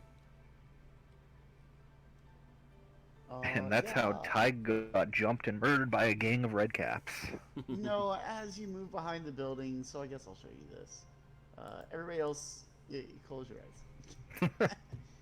So as you move behind the building, you see this happening. The redcaps are just kind of, they appear to have some kind of trash ball that they put together. And one of them has what appears to be like the broken end of a lance or something that they found. Oh my god. And the one in the middle will throw the trash ball, and the one on the here smacks it. And while the others are trying to scramble and fight to see who gets it, he starts running and hits a base, and then hits a base, and then hits a base. Yeah, we know how baseball works. This guy gets the ball. And as he's running to home, the other red cap just drills him, and he kind of just falls over unconscious over here. Josh, And I implore you, they're all just... never become a sports commentator. He threw the ball, and he threw the ball. He did the thing, and he did the other thing. Oh my god, ladies and gentlemen, he did the thing. So Hernandez is on bat. And fucking Johnny Knoxville over here pitches the ball at him. He hits it to deep right field and starts running for first. As he rounds first, touchdown! Fucking DeSoto Williams and fucking, I don't know, Red Buck Cherry are running over here fighting over the ball. So he gets all the way to third, and as he's coming home, fucking Red Buck Cherry comes back to his original position and goes to throw the ball at him to tag him out, and pings him in the back of the head and knocks him out. Is that better for you, Emily? Are you done judging now? I'm trying to explain in high fantasy baseball to you. What I was trying to get at was actually I needed way less information than you gave me. And then you just, like, kept overfilling the trash can. Like, now it's just all over the floor. I didn't even get to finish. Okay? Don't interrupt my Saturday morning cartoons. I appreciated it. Tell me I'm over imagining things. Is this what it's like whenever I throw a little rant? Like, is this what it's like to be on the other side of one of these? Because this is great. I'm having a great time. Oh, Mr. DM, you're giving too many details about sport I already understand. Okay, now it's a Tyler rant. Look, man, all I'm saying is I don't give two shits about sports. You played volleyball! Yeah, and that's one sport. I can't even watch I don't like it. baseball either, but if I saw a bunch of fucking red caps playing baseball, and then I had to explain it to people, I'd probably talk about it something like this. Look, we're gonna turn it into the baseball scene from Twilight anyway, so let's just get on with it. Anyway, oh so man, the baseball scene from Twilight. And they stare, and you can tell all the red caps are counting under their breath. And supermassive and a few black minutes hole later, plays. This guy stands back up, and he gives a thumbs up, and they all cheer, and they're like, "Yeah, 6 points! Yeah!" and high-fiving. Is this? No, Wozniak sits over by the golem, right? So he's not over here. Wozniak is here, actually. Yeah, so I'd probably be venturing this way at some point. Not with that, so it'd probably be a little bit later, but fucking venturing this way. Hungry Cap Montana on home base, or on the pitcher's mound here. Hey guys, I'm looking for a tooth. And they kind of all look at each other, and they kind of snicker, and they go, "What tooth?" And yes, what tooth? What are you talking about? Oh yeah, I forgot to tell you. There's a skull that is missing his tooth, and he'll give a good word to Maggie if we get the tooth back for him. So like, yeah, you guys got the tooth. He said y'all guys took it from him and put him in a bag.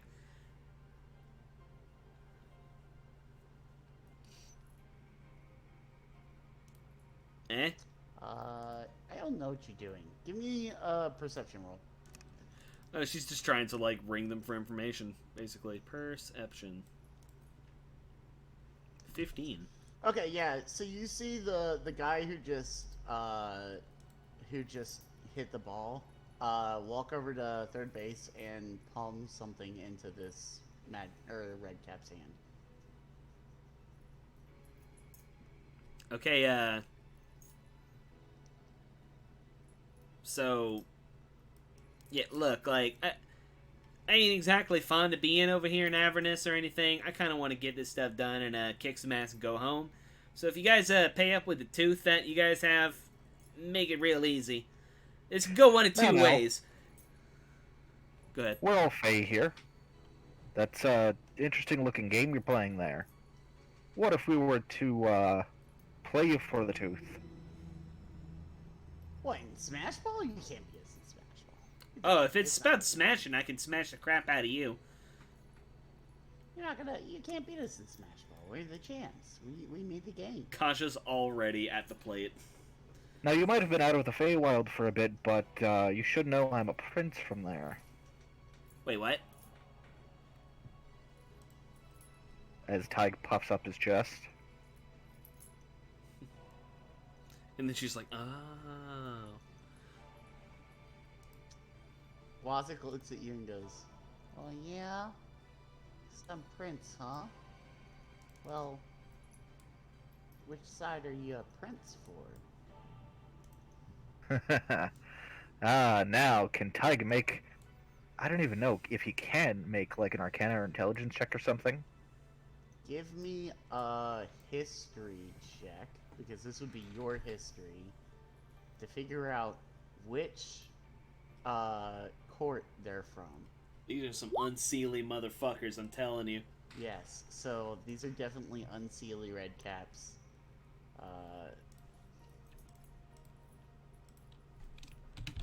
Now, here's the question. Would Tig even know what the hell that means? From the Feywild, ass. So you're from the Feywilds, so if you're actually from the Feywilds, like you say you are, then you know that the Seelie and the Unseelie are the two courts of the Feywilds. Like, every fairy knows this, right? This is where your Titania Mab story comes in, right? Where these are the two courts. The Unseelie are the much darker, like, grim fairy tale fairies, while the Seelie are the growth and rebirth and like fucking everything's happy pixie sugar plum fairies. Still scary. I'll have you know, I have subjects that are both Seelie and Unseelie.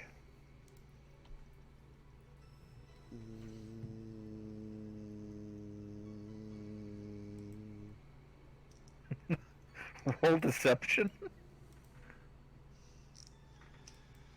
Roll self-deception. I'm trying to figure out if this madcap is. Yeah, give me a deception check. Don't you dare drop Ooh. Oof. Yeah, so I think this madcap's gonna look at you and be like, I don't think he's telling the truth, boys. And he is gonna sprint this way, and as he does, this guy is gonna attempt to throw him the tooth. This one's gonna attempt to throw him the tooth. Let me see if he actually makes a toss first. Alright. I said one of two ways. You can either give me the tooth or I'll take all of yours. Yeah, so he misses, and it falls over here on this square. Let me draw you a little... Let me zoom out a bit. There's an easy and non-violent way to take care of this. Oh my god. Is it violence? I like violence. Well, remember, this is Wazik here anyway. Yeah. Go ahead and roll initiative for me. Let me get the initiative tracker up. There we go. So I was kind of heading this way to scout out Wazik, so... Yeah, just Tig and Kaja right now. Oh. Haha, goodbye, Tooth. You I'm mine. just gonna put it there for eventually. I had it back here. Just want to roll initiative. I know what you want to do. Where'd the red cap sheet go? Did I close it? Really? Josh. Alright. Because if you all are fighting, we're about to have a workplace accident with Wazik. Yeah, so, the first person up is Tig. So Tig has just disappeared. And, nothing and no one will, See, the thing is, even if I make a dash action, I can't actually pick it fucking up on this. Or would it be like a free action or something to pick something up? Object interaction. Yeah, it's an object interaction, so... So yeah, 45 or 40 movement here. Whoop! And... So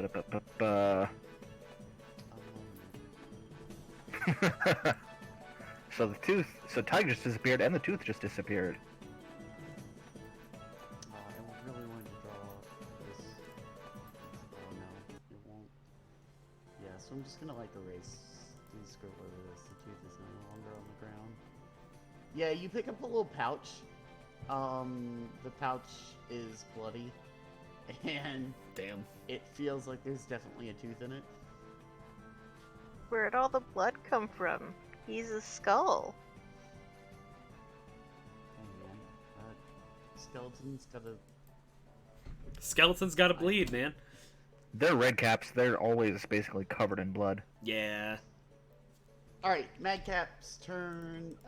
He's gonna see. I think he's gonna move to here and then see the tooth disappear. And he's gonna be like, he's gonna get really angry. And be like, you! And start coming this way. Bring it on! I'm gonna run right over to It you. turns out all red caps and mad caps have true sight, so they just fucking bound on Tig and beat him up. I did check to see if they have dark vision. They do not have true sight.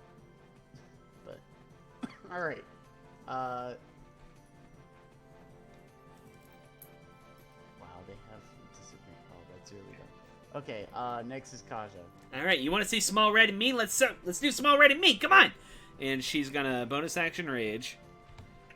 God.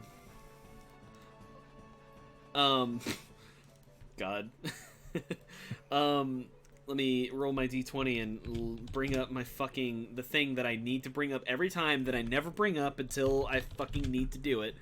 I also... Meta, Tyler knows about red caps and how fucking scary they are. Kaja thinks they're little punks, and that's, Oh, hey! 16. Your eyes can pierce through illusions. You gain a true sight range of 60 feet. So now I can see where Tig is. You see Tig tiptoeing away? Like, the very comical, like, half-step, like... Sorry, I clicked something because I wanted to know what it was. Rolling DF. You rolled a DF. And Yeah. you got a 0. You didn't even get a single F. You didn't even get a C. I don't F's know in the what chat, boy. it's. You hover over the dice thing, and there's one that says fudge. So I clicked on it. What? Okay. I don't. This one that says fudge, huh? Yeah, and I was just like, I don't know what that means. I still don't know what it means. Oh my god. Alright. Kasha's gonna pop out her flail. And we going in. With It's, that. Is it just D2, I a think? coin toss? I think it must be a coin toss, yeah. Why fudge then? It's probably coded positive and negative, and they were like, hey, well... I can roll 5D fudge. So I imagine. Yeah, that definitely hits. Yeah, so I'm also gonna blow Fury the Small here. So that's gonna be 6 bludgeoning damage, 11 necrotic damage, and 8 total damage from Rage and Fury of the Small.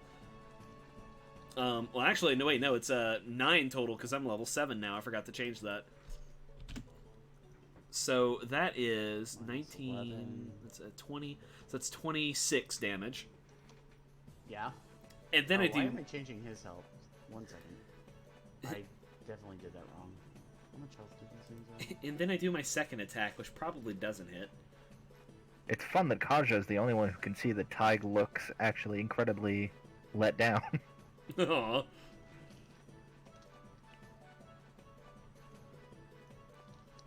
So I imagine 11 doesn't hit. No, it does not. But you actually hit him hard enough to knock him back. Oh my goodness. And I'm going. How much damage did you do the first time? Total? 26 total. Okay. And then I'm gonna do my. Whenever you're ready, I have a fun new feature that I'm gonna use.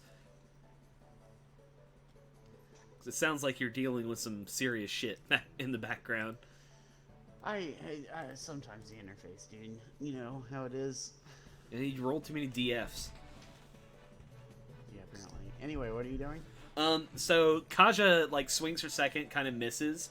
And then, like, her arm sparks with, like, fuchsia electricity. And she's gonna make a third attack, because I got War Priest now. So I'm gonna use a bonus action to make yet another weapon attack. You've already used your bonus action for this round. You raged, buddy. I bonus action raged. You're so right. I got so excited that I forgot.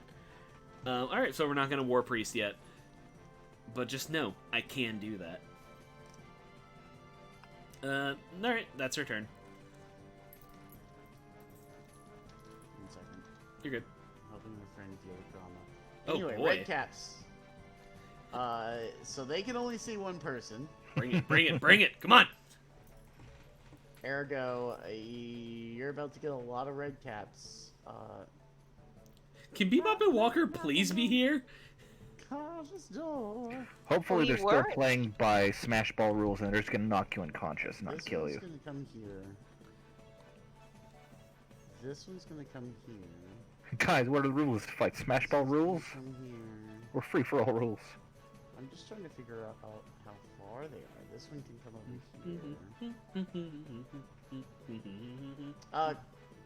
Ty, you get an attack of opportunity if you want. I'm not taking it.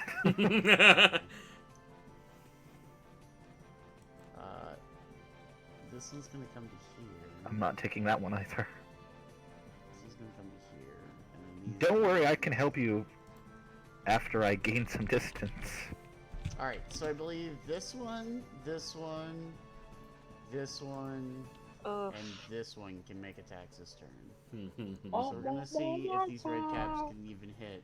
So they each get 3 attacks. Well, I've got resistance to it, and I have 100 hit points, and I have an AC of 20. So How do you have 100 hit points? barbarians roll a D12 for health, dude. Alright, so you're gonna take 9 damage Okay, I'll take that. from the first one. Ah. You said you have a 20 for Correct. AC? Okay, so that one didn't hit. That one didn't hit. And then the last one also did not hit. So you are now surrounded by red caps. And one madcap. And 1 mad cap. Ty, it's your turn. Right, don't worry, I'm not gonna leave you in that pile of Oh, fuckery. dude, I'm fucking good. I have Fireball. Well, you say you're good, but you're gonna have to make a DC 18 Wisdom save because I'm throwing a hypnotic pattern over that whole cliff. Yeah, LMAO. so... 1, 2, 3, 4, 5, 6, 7, 8, 9... I hope they don't all make the save, and the only one who fails is fucking Kaja. 2, 3... If I kill you, I'm so sorry. 6, 7, 8, 9... So what save did they have to make? What's Wisdom. The number? DC 18 Wisdom save. One of them didn't. One of them made it. I was gonna be very alarmed if you said one of them did make it and the rest fucking made it. No, one of them made it. So, like, this one made it. And I'm now visible because that was a concentration spell, and so is Hypnotic Pattern. And what I'm does this going do? to run the fuck over here. So they're just, like, incapacitated, basically. They are incapacitated and have a speed of 0, so basically none of them can do shit, including Kaja, except for this guy. And I'm gonna walk over here and be like, the Walker Bebop, go grab our friend, please. She's a little bit out of it. I can take all of his. Pretty colors. Yeah, I guess we That ends will come over. That ends my rage. This is the first time that Kaja has seen a magic eye picture, and she loves it. Well, you can make the save on your turn, right? Oh yeah, and if she does, she's going to rage again. No, it only says the spell ends for an affected creature if it takes any damage, or if someone uses an action to shake it out of its stupor. Okay. Bebop uses their gun to shoot Kaja. So Snap out of it. Here's my non-lethal gun blast to the face. No, so the madcap doesn't do anything. Kaja doesn't do anything. I'm here.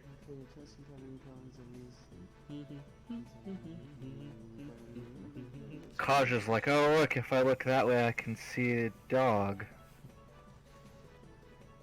Now I want to look at magic eye pictures while I'm waiting for my turn. Yeah, I want to put ketchup on it. Yeah.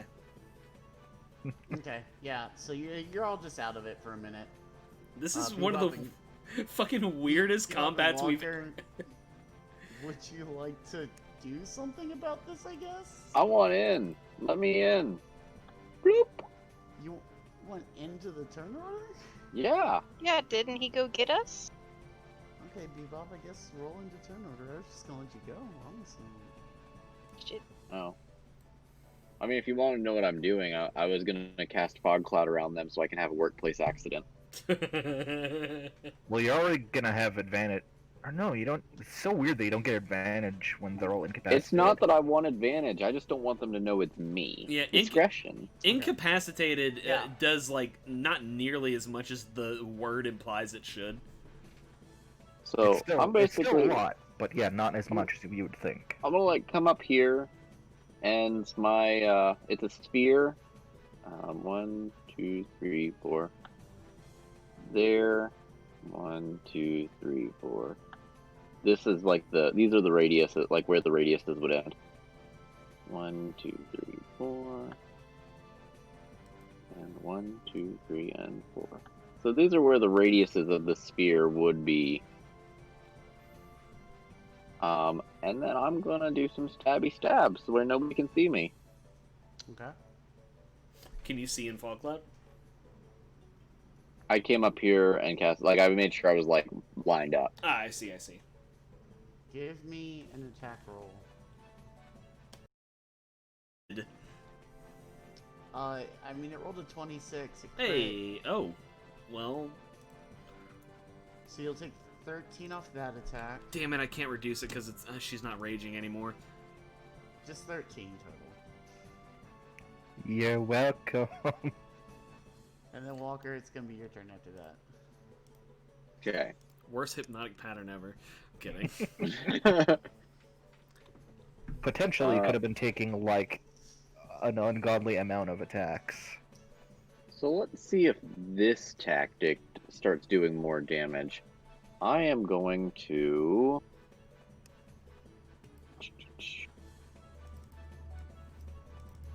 Shocking Grasp it. Yeah? For 5 lightning. And then I am Okay, going yeah. to use my bolts from the grave. It's already super dead. Yeah, you like Oh, grab him, okay, and he does like the cartoon thing where his body locks up, and then he kind of like and turns to dust. Seeing that, this red cap is gonna start shaking the others awake. And Before he does that, because it's still my turn, right? Yeah. Bonus action, bolts from the grave. I'm gonna try to kill that motherfucker because he's a witness.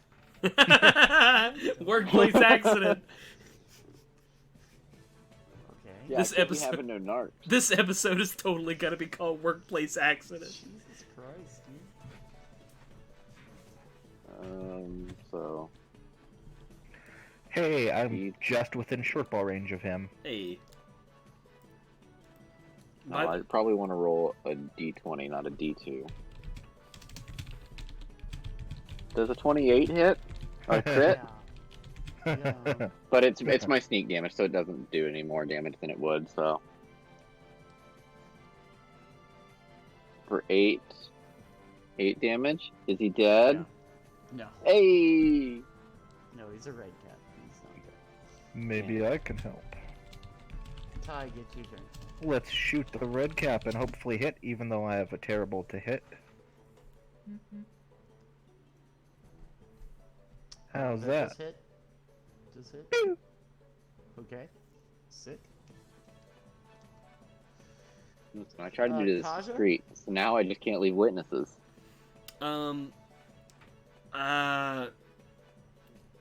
Yeah. I mean, these people saw you do it. They just... They just can't do anything right now. incapacitated. Can't do anything about it. Yeah, we're gonna... Oh, so we have to kill all of them. Sorry, guys. We gotta kill them all. Oh my God. We're gonna bonus action disengage, because I'm a goblin.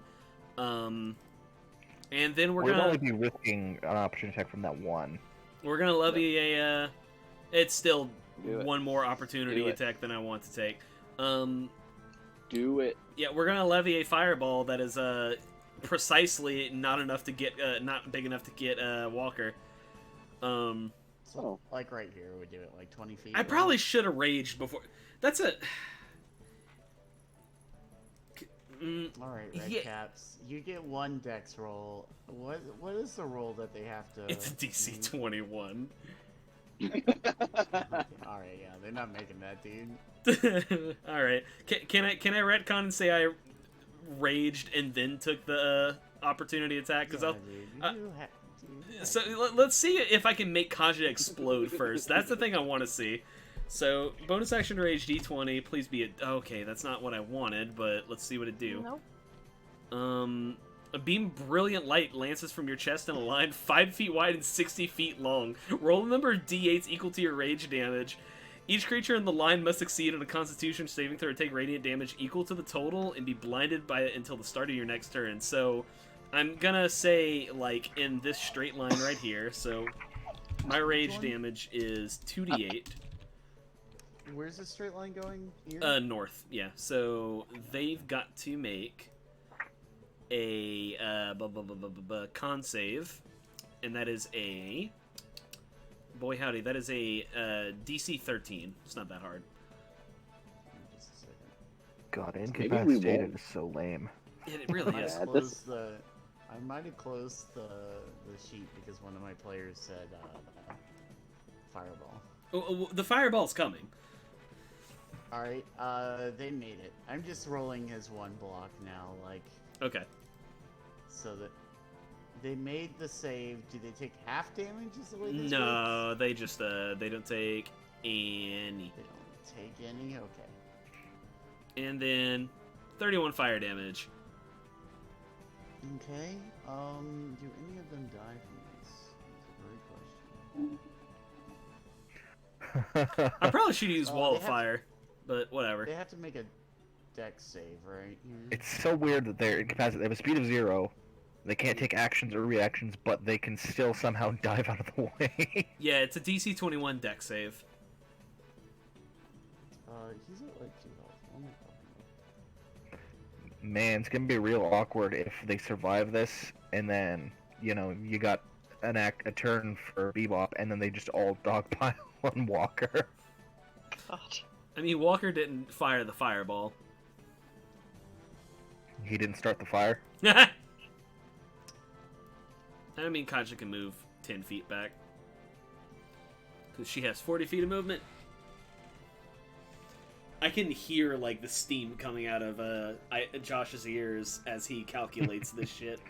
No, it's just typing in minus 31 for like a billion characters. Well, let Bebop take their turn in the meantime. Oh yeah, Bebop, it's your turn.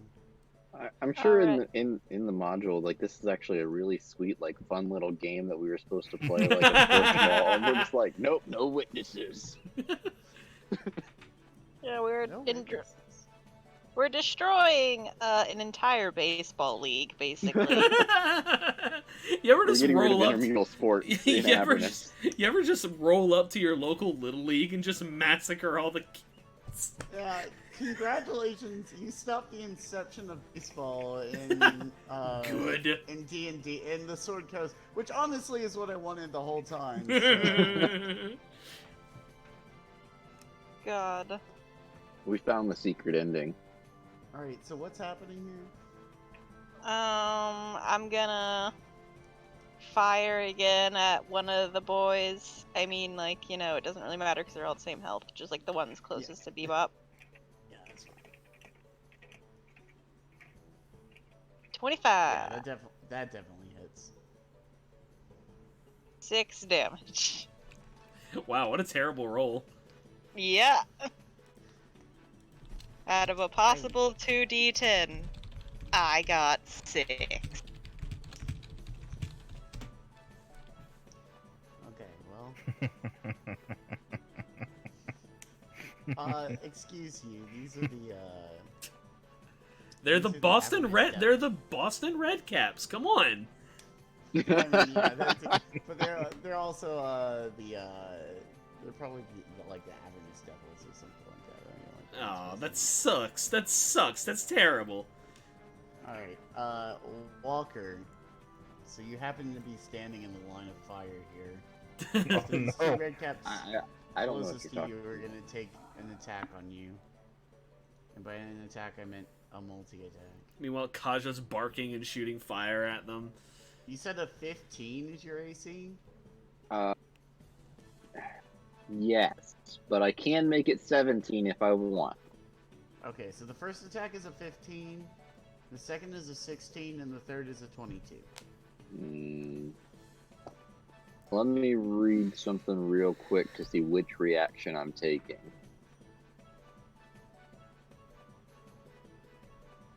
That's the attack roll, not the damage roll, by the way. I should have used Wall of Fire. That would have been such... Oh, that would have been carnage.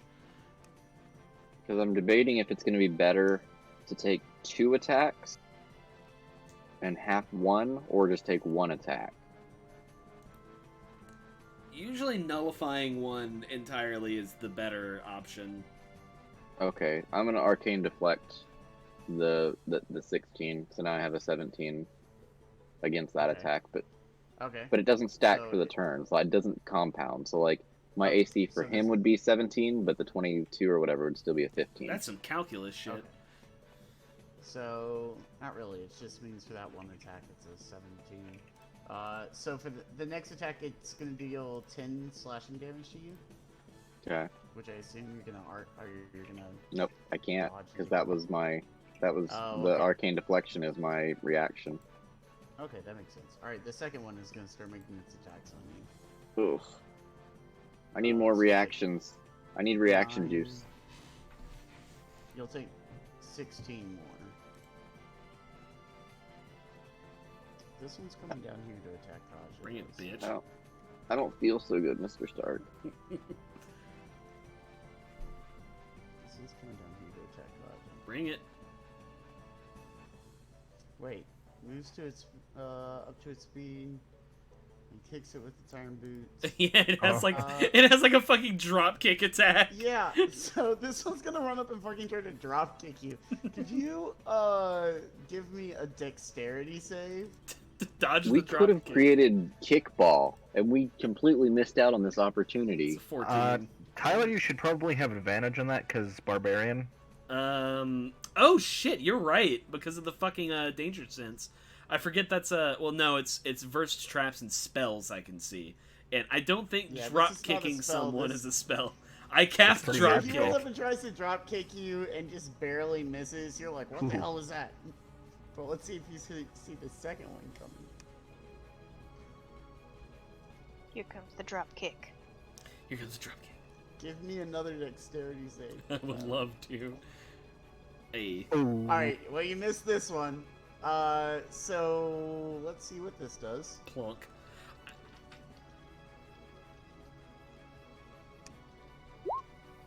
So you're gonna take Holy 5. shit! Well, no, I'm not taking half, but Yeah, you'll take half of 25 bludgeoning damage and you're gonna be knocked prone. oh well, fuck that. That really do be how it feels when you get kicked with a spiked iron fucking boot, doesn't it? Yeah, he did just fucking drop kick you with an iron. Kai's just like, ah, fuck! Am I gonna get drop kicked Alright. by yet another one? No. Are they all gonna drop fucking kick you drop kick again. me? No, this is gonna sickle you, dude. They just come in like in a sequential order, like a fucking like an assembly line. Take. Like that scene in Airplane. It's like the bullies when they knock the kid down and just kicking him on the back. It's like that scene from fucking from Vento, Oreo, and JoJo. They drink a little bit of wine and they go just so you'll take another 16 slashing. 8. Yikes. In this next one. Christ, I'm crying.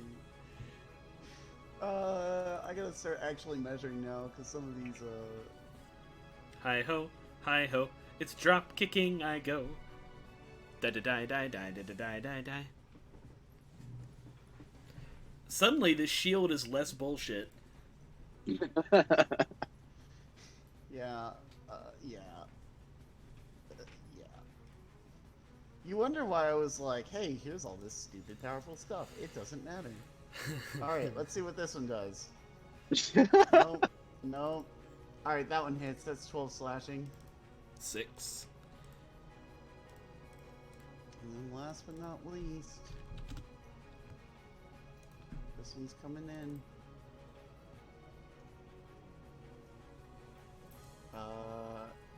One of them hits you for 9. No, they hit you for 16 or 17 slashing. Make up your mind, bud. I had to do math. I'm sorry. It's okay. Wow, yeah, they managed to half Kaja. Wow. They're just like standing over you, stomping at you. They're like, die, please! Where's our Green Lantern gift, dude? It's so good. Alright, next up is Walker. Walker, you Alright. got these two guys here. Yep. I am going to cast Ice Knife on Kaja. That's fair. Nice? I don't know what Ice Knife does. It's an Basically, it exploding hits- knife. Loads. It explodes. So I'm expecting to not hit Kaja. But it regardless of whether it hits a Kaja or not, it still explodes and hit everything within 5 feet of her. Oh, okay. Cool.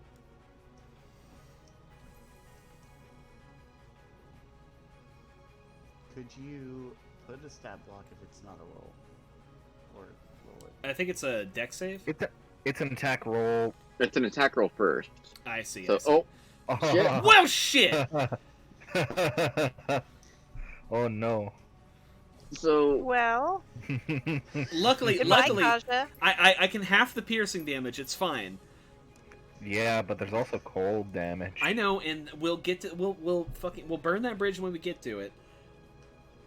No, we'll freeze it. It's fine. It's fine. This is okay. Take your 8. I love how we've coordinated this entire fight. So like, I ended up paralyzing Kaja, and then you end up fucking knifing her. It would have been even better if, like, at the start, Kaja was like, "Okay, guys, here's the plan," and then just immediately gets fucking dogpiled. okay. So then it's dex. So then everything within 5 feet of Kaja takes a dex 16 save. And I can take this one at advantage because of Barbarian.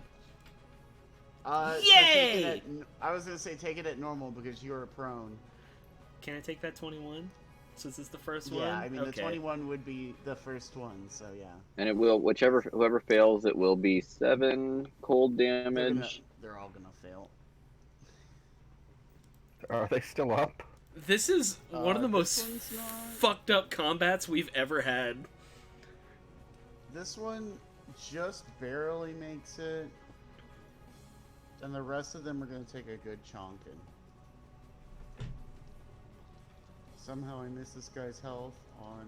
Please, Other- if you can heal me, Taig, please just do that because I know what I'm doing. I'm gonna do the most kamikaze shit on my next turn. Healing word. Everybody else is hitting me. Might as well hit myself. Oh yeah. Alright, yep, that's. I have just enough movement to get to where I have just enough range to do a healing word on you. All right. Then I'm Alright, going Isaac, to. anything else? Yep. Bonus action, disengage, and then that lets me use my bolts from the grave. On these guys? It'll be on which one of these two that were right by me look worse? They look about the same. They're both like charred a little bit from the fireball. Okay. Damn right. So then I'll do the one that's closest to me. Okay, so this one. 26 to hit. Yeah, that definitely hits. For 8 damage. Okay. Yeah. And that is my He's turn. not looking great now. This is actually a solid plan because of a lot of things lining up. I just want y'all to know that. Alright, Tig. This is stupidest fucking shit. We're just gonna heal her faster than she can kill herself. Healing word is stupidly underwhelming, but like, how hurt are you? Do you need like a bigger spell slot, you think? I'm at 36% health. I'll hit you with a second level spell slot. So that should be an extra d4. Blah blah blah. Oh, it doesn't even roll them. Whatever. That's interesting. Yeah. I wonder if that's like a consequence of the SRD or something. It's weird how that's doing. Take a whopping total of 9 hit points. Hey, I'll take 9. That's one red cap attack. And I don't have an action left after that to be. Oh no, that's a bonus action. Josh, can I roll persuasion to just say to the red caps, "Run, you little fools! Get out of here!" No. Nope, Let me, survivors. No survivors. It's a workplace accident. You definitely can. It's definitely not a threat. It's definitely more a plea. They can't flee You yet. see a It's not. sign on the side of the baseball diamond that says like 72 days since last accident, and somebody's going over and marking it down to a 0. Hey, no one can move yet because it's not their turn. I just want to let you know, no matter how successful this persuasion is, Kaja's still going Super Saiyan. They do look very nervous. They're like, Oh shit, dude, maybe he's right. Oh, shit, fuck. Oh fuck! And they're looking at Wazik like, do we stay in the dungeon? Wazik is fucking dead, man. Just get out. Yeah, they're looking at his body like, do we defend him? Or... All right, Kaja. So here's the several things that are lining up here. Number 1, Fireball takes 1 shield charge. I have 2 remaining, which allows me to cast Wall of Fire. So I'm going to cast a nice little Wall of Fire in this general circular shape, because I can do that. Circular? Yeah, you that can. Ain't a circle. You can cast a Wall of Fire in a circle. I'm choosing the side on the inside of the circle. So here's the thing. Everyone in here needs to make me a DC 21 dexterity save, which Kaja can make at advantage because it's a spell that has a dex save. I don't make it, but the shield gives me resistance to fire damage.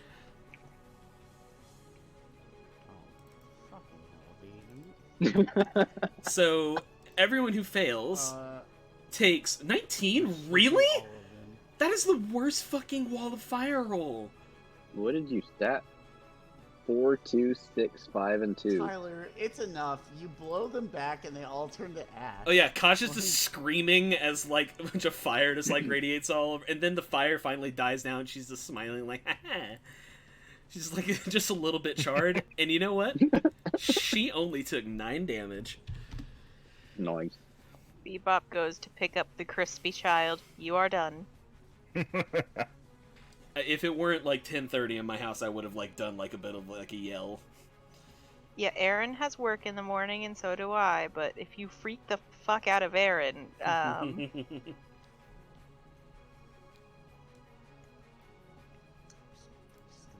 Alright, there are 2 left here. Bebop. What would you like to do with these last 2? These 2 red caps look like they're terrified now. Bebop is just gonna one of these days hit a person. Let me go to my sheet with firebolt. I really need 2. Please, please, please. Hey. Tyler, you better not be arguing that you should get a level. I'm not arguing that I should get a level. I just want to lay out that She just got 4,200 experience if we were using experience. And granted, that would be enough to like share through the party. But like, let me look up the level, the XP curve, because I think that would be enough to get the entire party up to level 3. The damage is 14. Tyler, shush. It's 14 damage. The one you shoot dies. Does the one remain this last decide red cap, to flee? I was gonna say this last red cap, his knees are like cracking against each other. They're shaking so hard. What is his speed? Oh no! Oh no! He moves like 20 feet. Full speed this way. To here. It's 25 feet. I don't even know if he can get away from now. Y'all, these guys were just having fun before we walked up in here. He's heading for the wall of trash. If it makes you feel better, red caps are kind of like actually serial killers. Like, by nature, they need to kill or they disappear. Oh, I know. Mm-hmm. They like to eat little babies. I mean... The book here just says that they do like to murder, that they don't... I mean, it's like it makes it more sound like a personal choice. Hey, you used to be evil too. I don't think you can judge quite yet. Walker, there's one left. He is running away. Okay, I am going to... No witnesses. Right there. And no witnesses. I am going to cast Toll the Dead. Give me that DC 16 Wisdom save. Oh my god. He's so wise. His watching all of his friends die has given him a clarity like that of he now takes a level of monk. Ever experienced. He is running for his heckin' life, and so he made it. He made it? All this shit for a fucking tooth. Okay. Then I am going to bonus action dash. Let me see how far I can get with my cunning action. Probably get all the way to him. Yeah. I can. And then I am going to. That allows me to bolt from the grave on him. I just wanted to play baseball. There's a 27 hit. Yeah. They're all serial killers literally by nature. I don't feel bad about this. Yeah, they were gonna kill some bases, dude. Damn it. Only 5. Is that what you say whenever you're going to play baseball? Hey bro, we're gonna go kill some bases at the Diamond today. Let's go smash some balls, dude. Yes, only 5. But I'm chasing this motherfucker. He's not getting away from me. Ty. I'm just checking real quick. Just check actions in combat.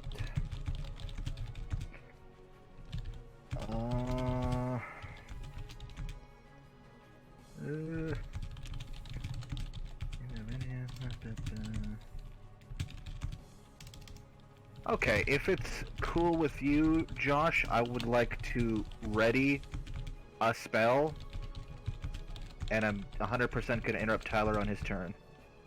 Okay. That's all. Tasha. I'm torn between, does Kaja like pursue this guy, or does she just kind of like take a nap? She can move up 40 feet. Okay. Yeah, that's yes. We're going to. Would Kaja and Walker please like to make a wisdom save? Motherfucker, it's not your turn. Yeah, ready to spell, baby. He just said he ready to spell. You dick. Motherfucker. Motherfucker. No witnesses. You suck. This is the worst. They're literally serial. They are like the embodiment of like eating babies out of the crib. What do you even want them for? I have my reasons. This ends poorly for you. Yeah, you're suddenly you went from Kaja's favorite person in this party to like, well, I assure you, Tyke has his reasons. The no witnesses was Walker's reasons.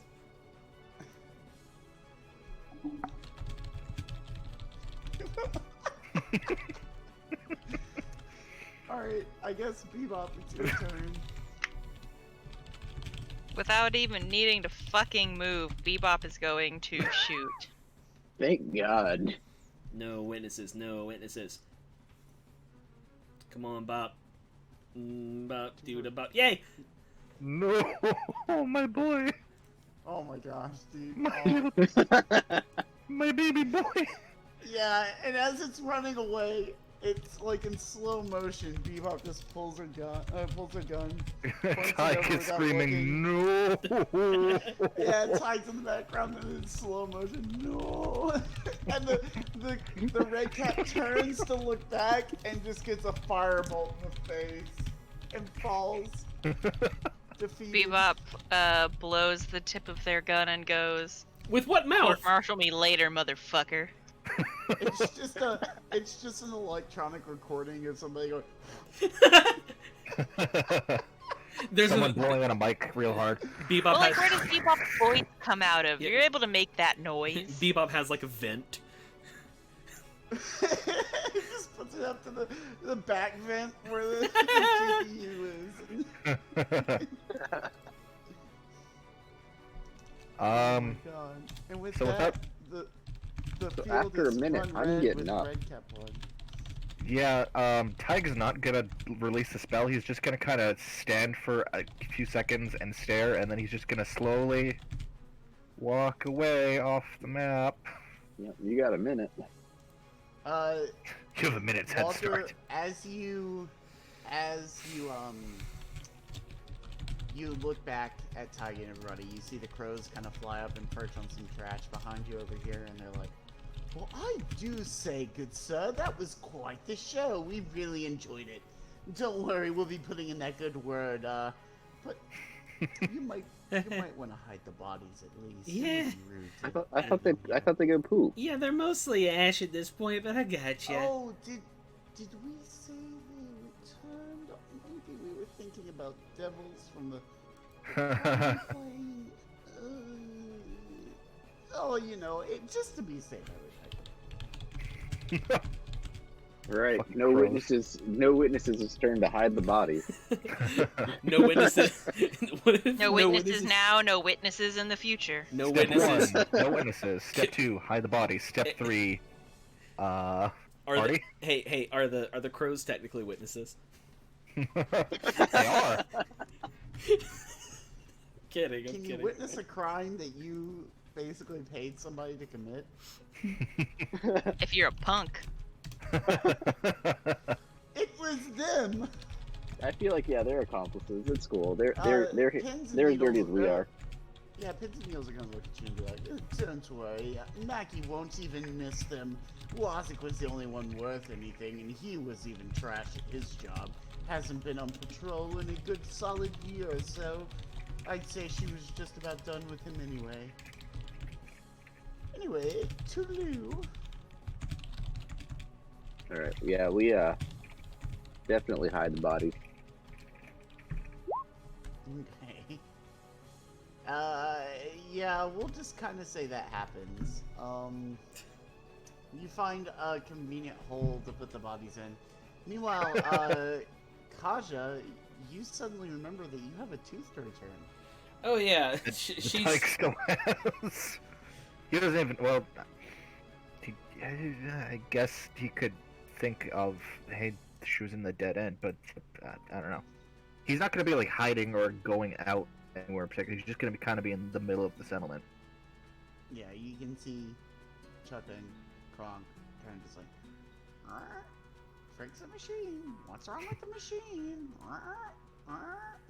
They probably undid progress to fix it at this point. They're like, turn it off and turn it back on. Didn't work. Do it again. I thought you said "freaking the machine," so I started like picturing Kinku doing like the you know the corn song "Freak on a Leash." Yeah.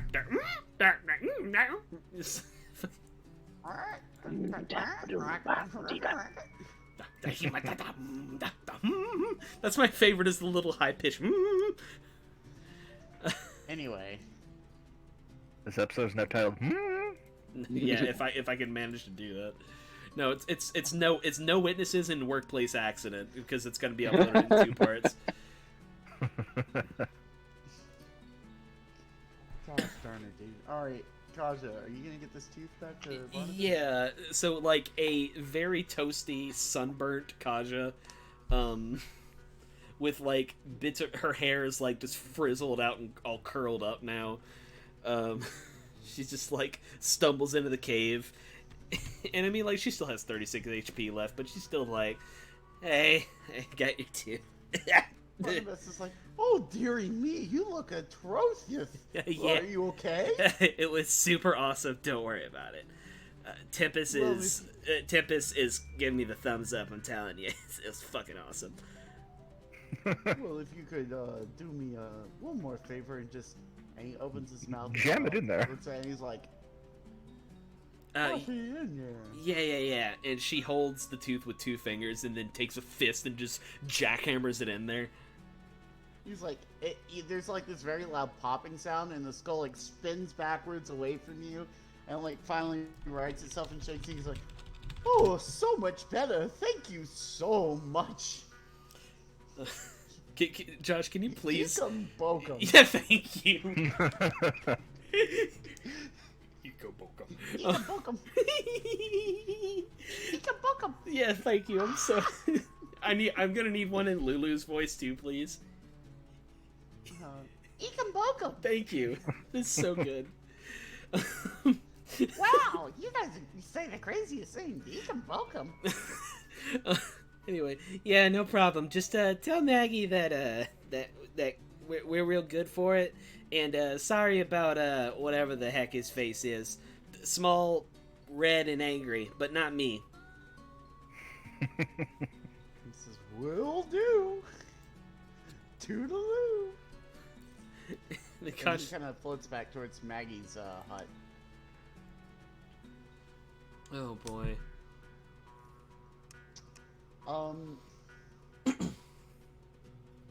Yeah, Is it night time? Yeah, I feel like it's night It's time. Probably night time, but I will just recap very quickly. So the only people you haven't talked to are Chaka and Conk, and the Golem. Yeah. Oh man, that was one of the coolest fights we've had in this group. We just murdered the period. MLB. That's all we Yeah. did. That probably was completely avoidable. Like, it was Oh, probably okay. meant to be like a mini game. Like, oh, let's do like skills check challenge. Nope.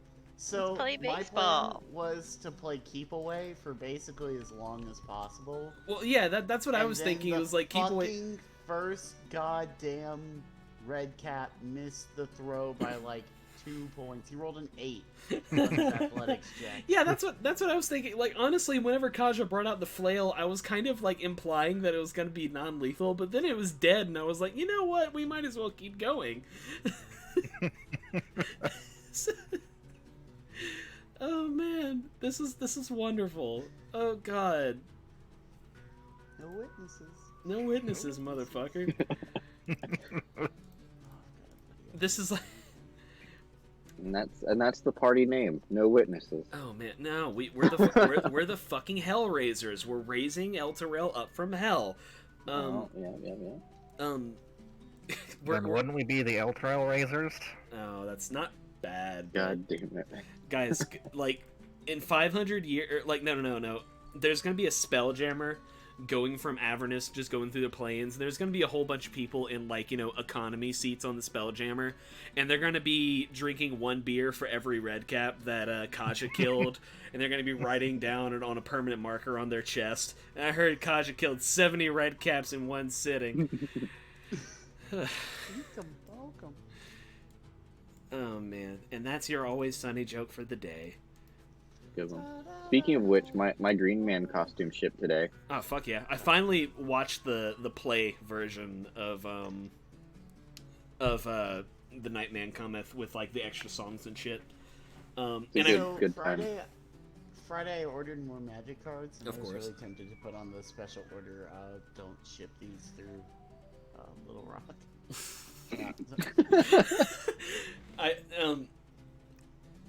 I fucking love how it goes from like Danny DeVito and he's like, yeah, this is a really cool theater and there's a lot of history here and I'm glad to be here, and then the actress who plays Dee is like, oh, it's cool how they got the cum stains out of the sofa, and then it goes back to Danny DeVito. Oh, it's just so nice to have all the support of the fans and stuff like that. This is so wonderful. Hey, it doesn't smell like shit like I thought it would. No, speaking of trading cards, I hate that I've been looking at this, but I found fucking the super nerdiest shit for the fucking Forgotten Realms lore slut in this group. I found a factory set of 1992 fucking AD&D trading cards from back before 3rd edition for $20 for 750 cards, and man, I'm fitting it's like, on one hand I have nowhere to put it, which I fuss at Emily all the time, so it's totally fair. I don't have anywhere to put this thing. It's just a box of 750 nerdy-ass cards that I can't play with anyone, I can't trade to anyone, but they would make me really happy if I had them. Okay. $20. I'm going to go and hydrate because I still have an entire pizza in my bloodstream. Jesus. Yeah, I guess I'm gonna scoot as well. My God.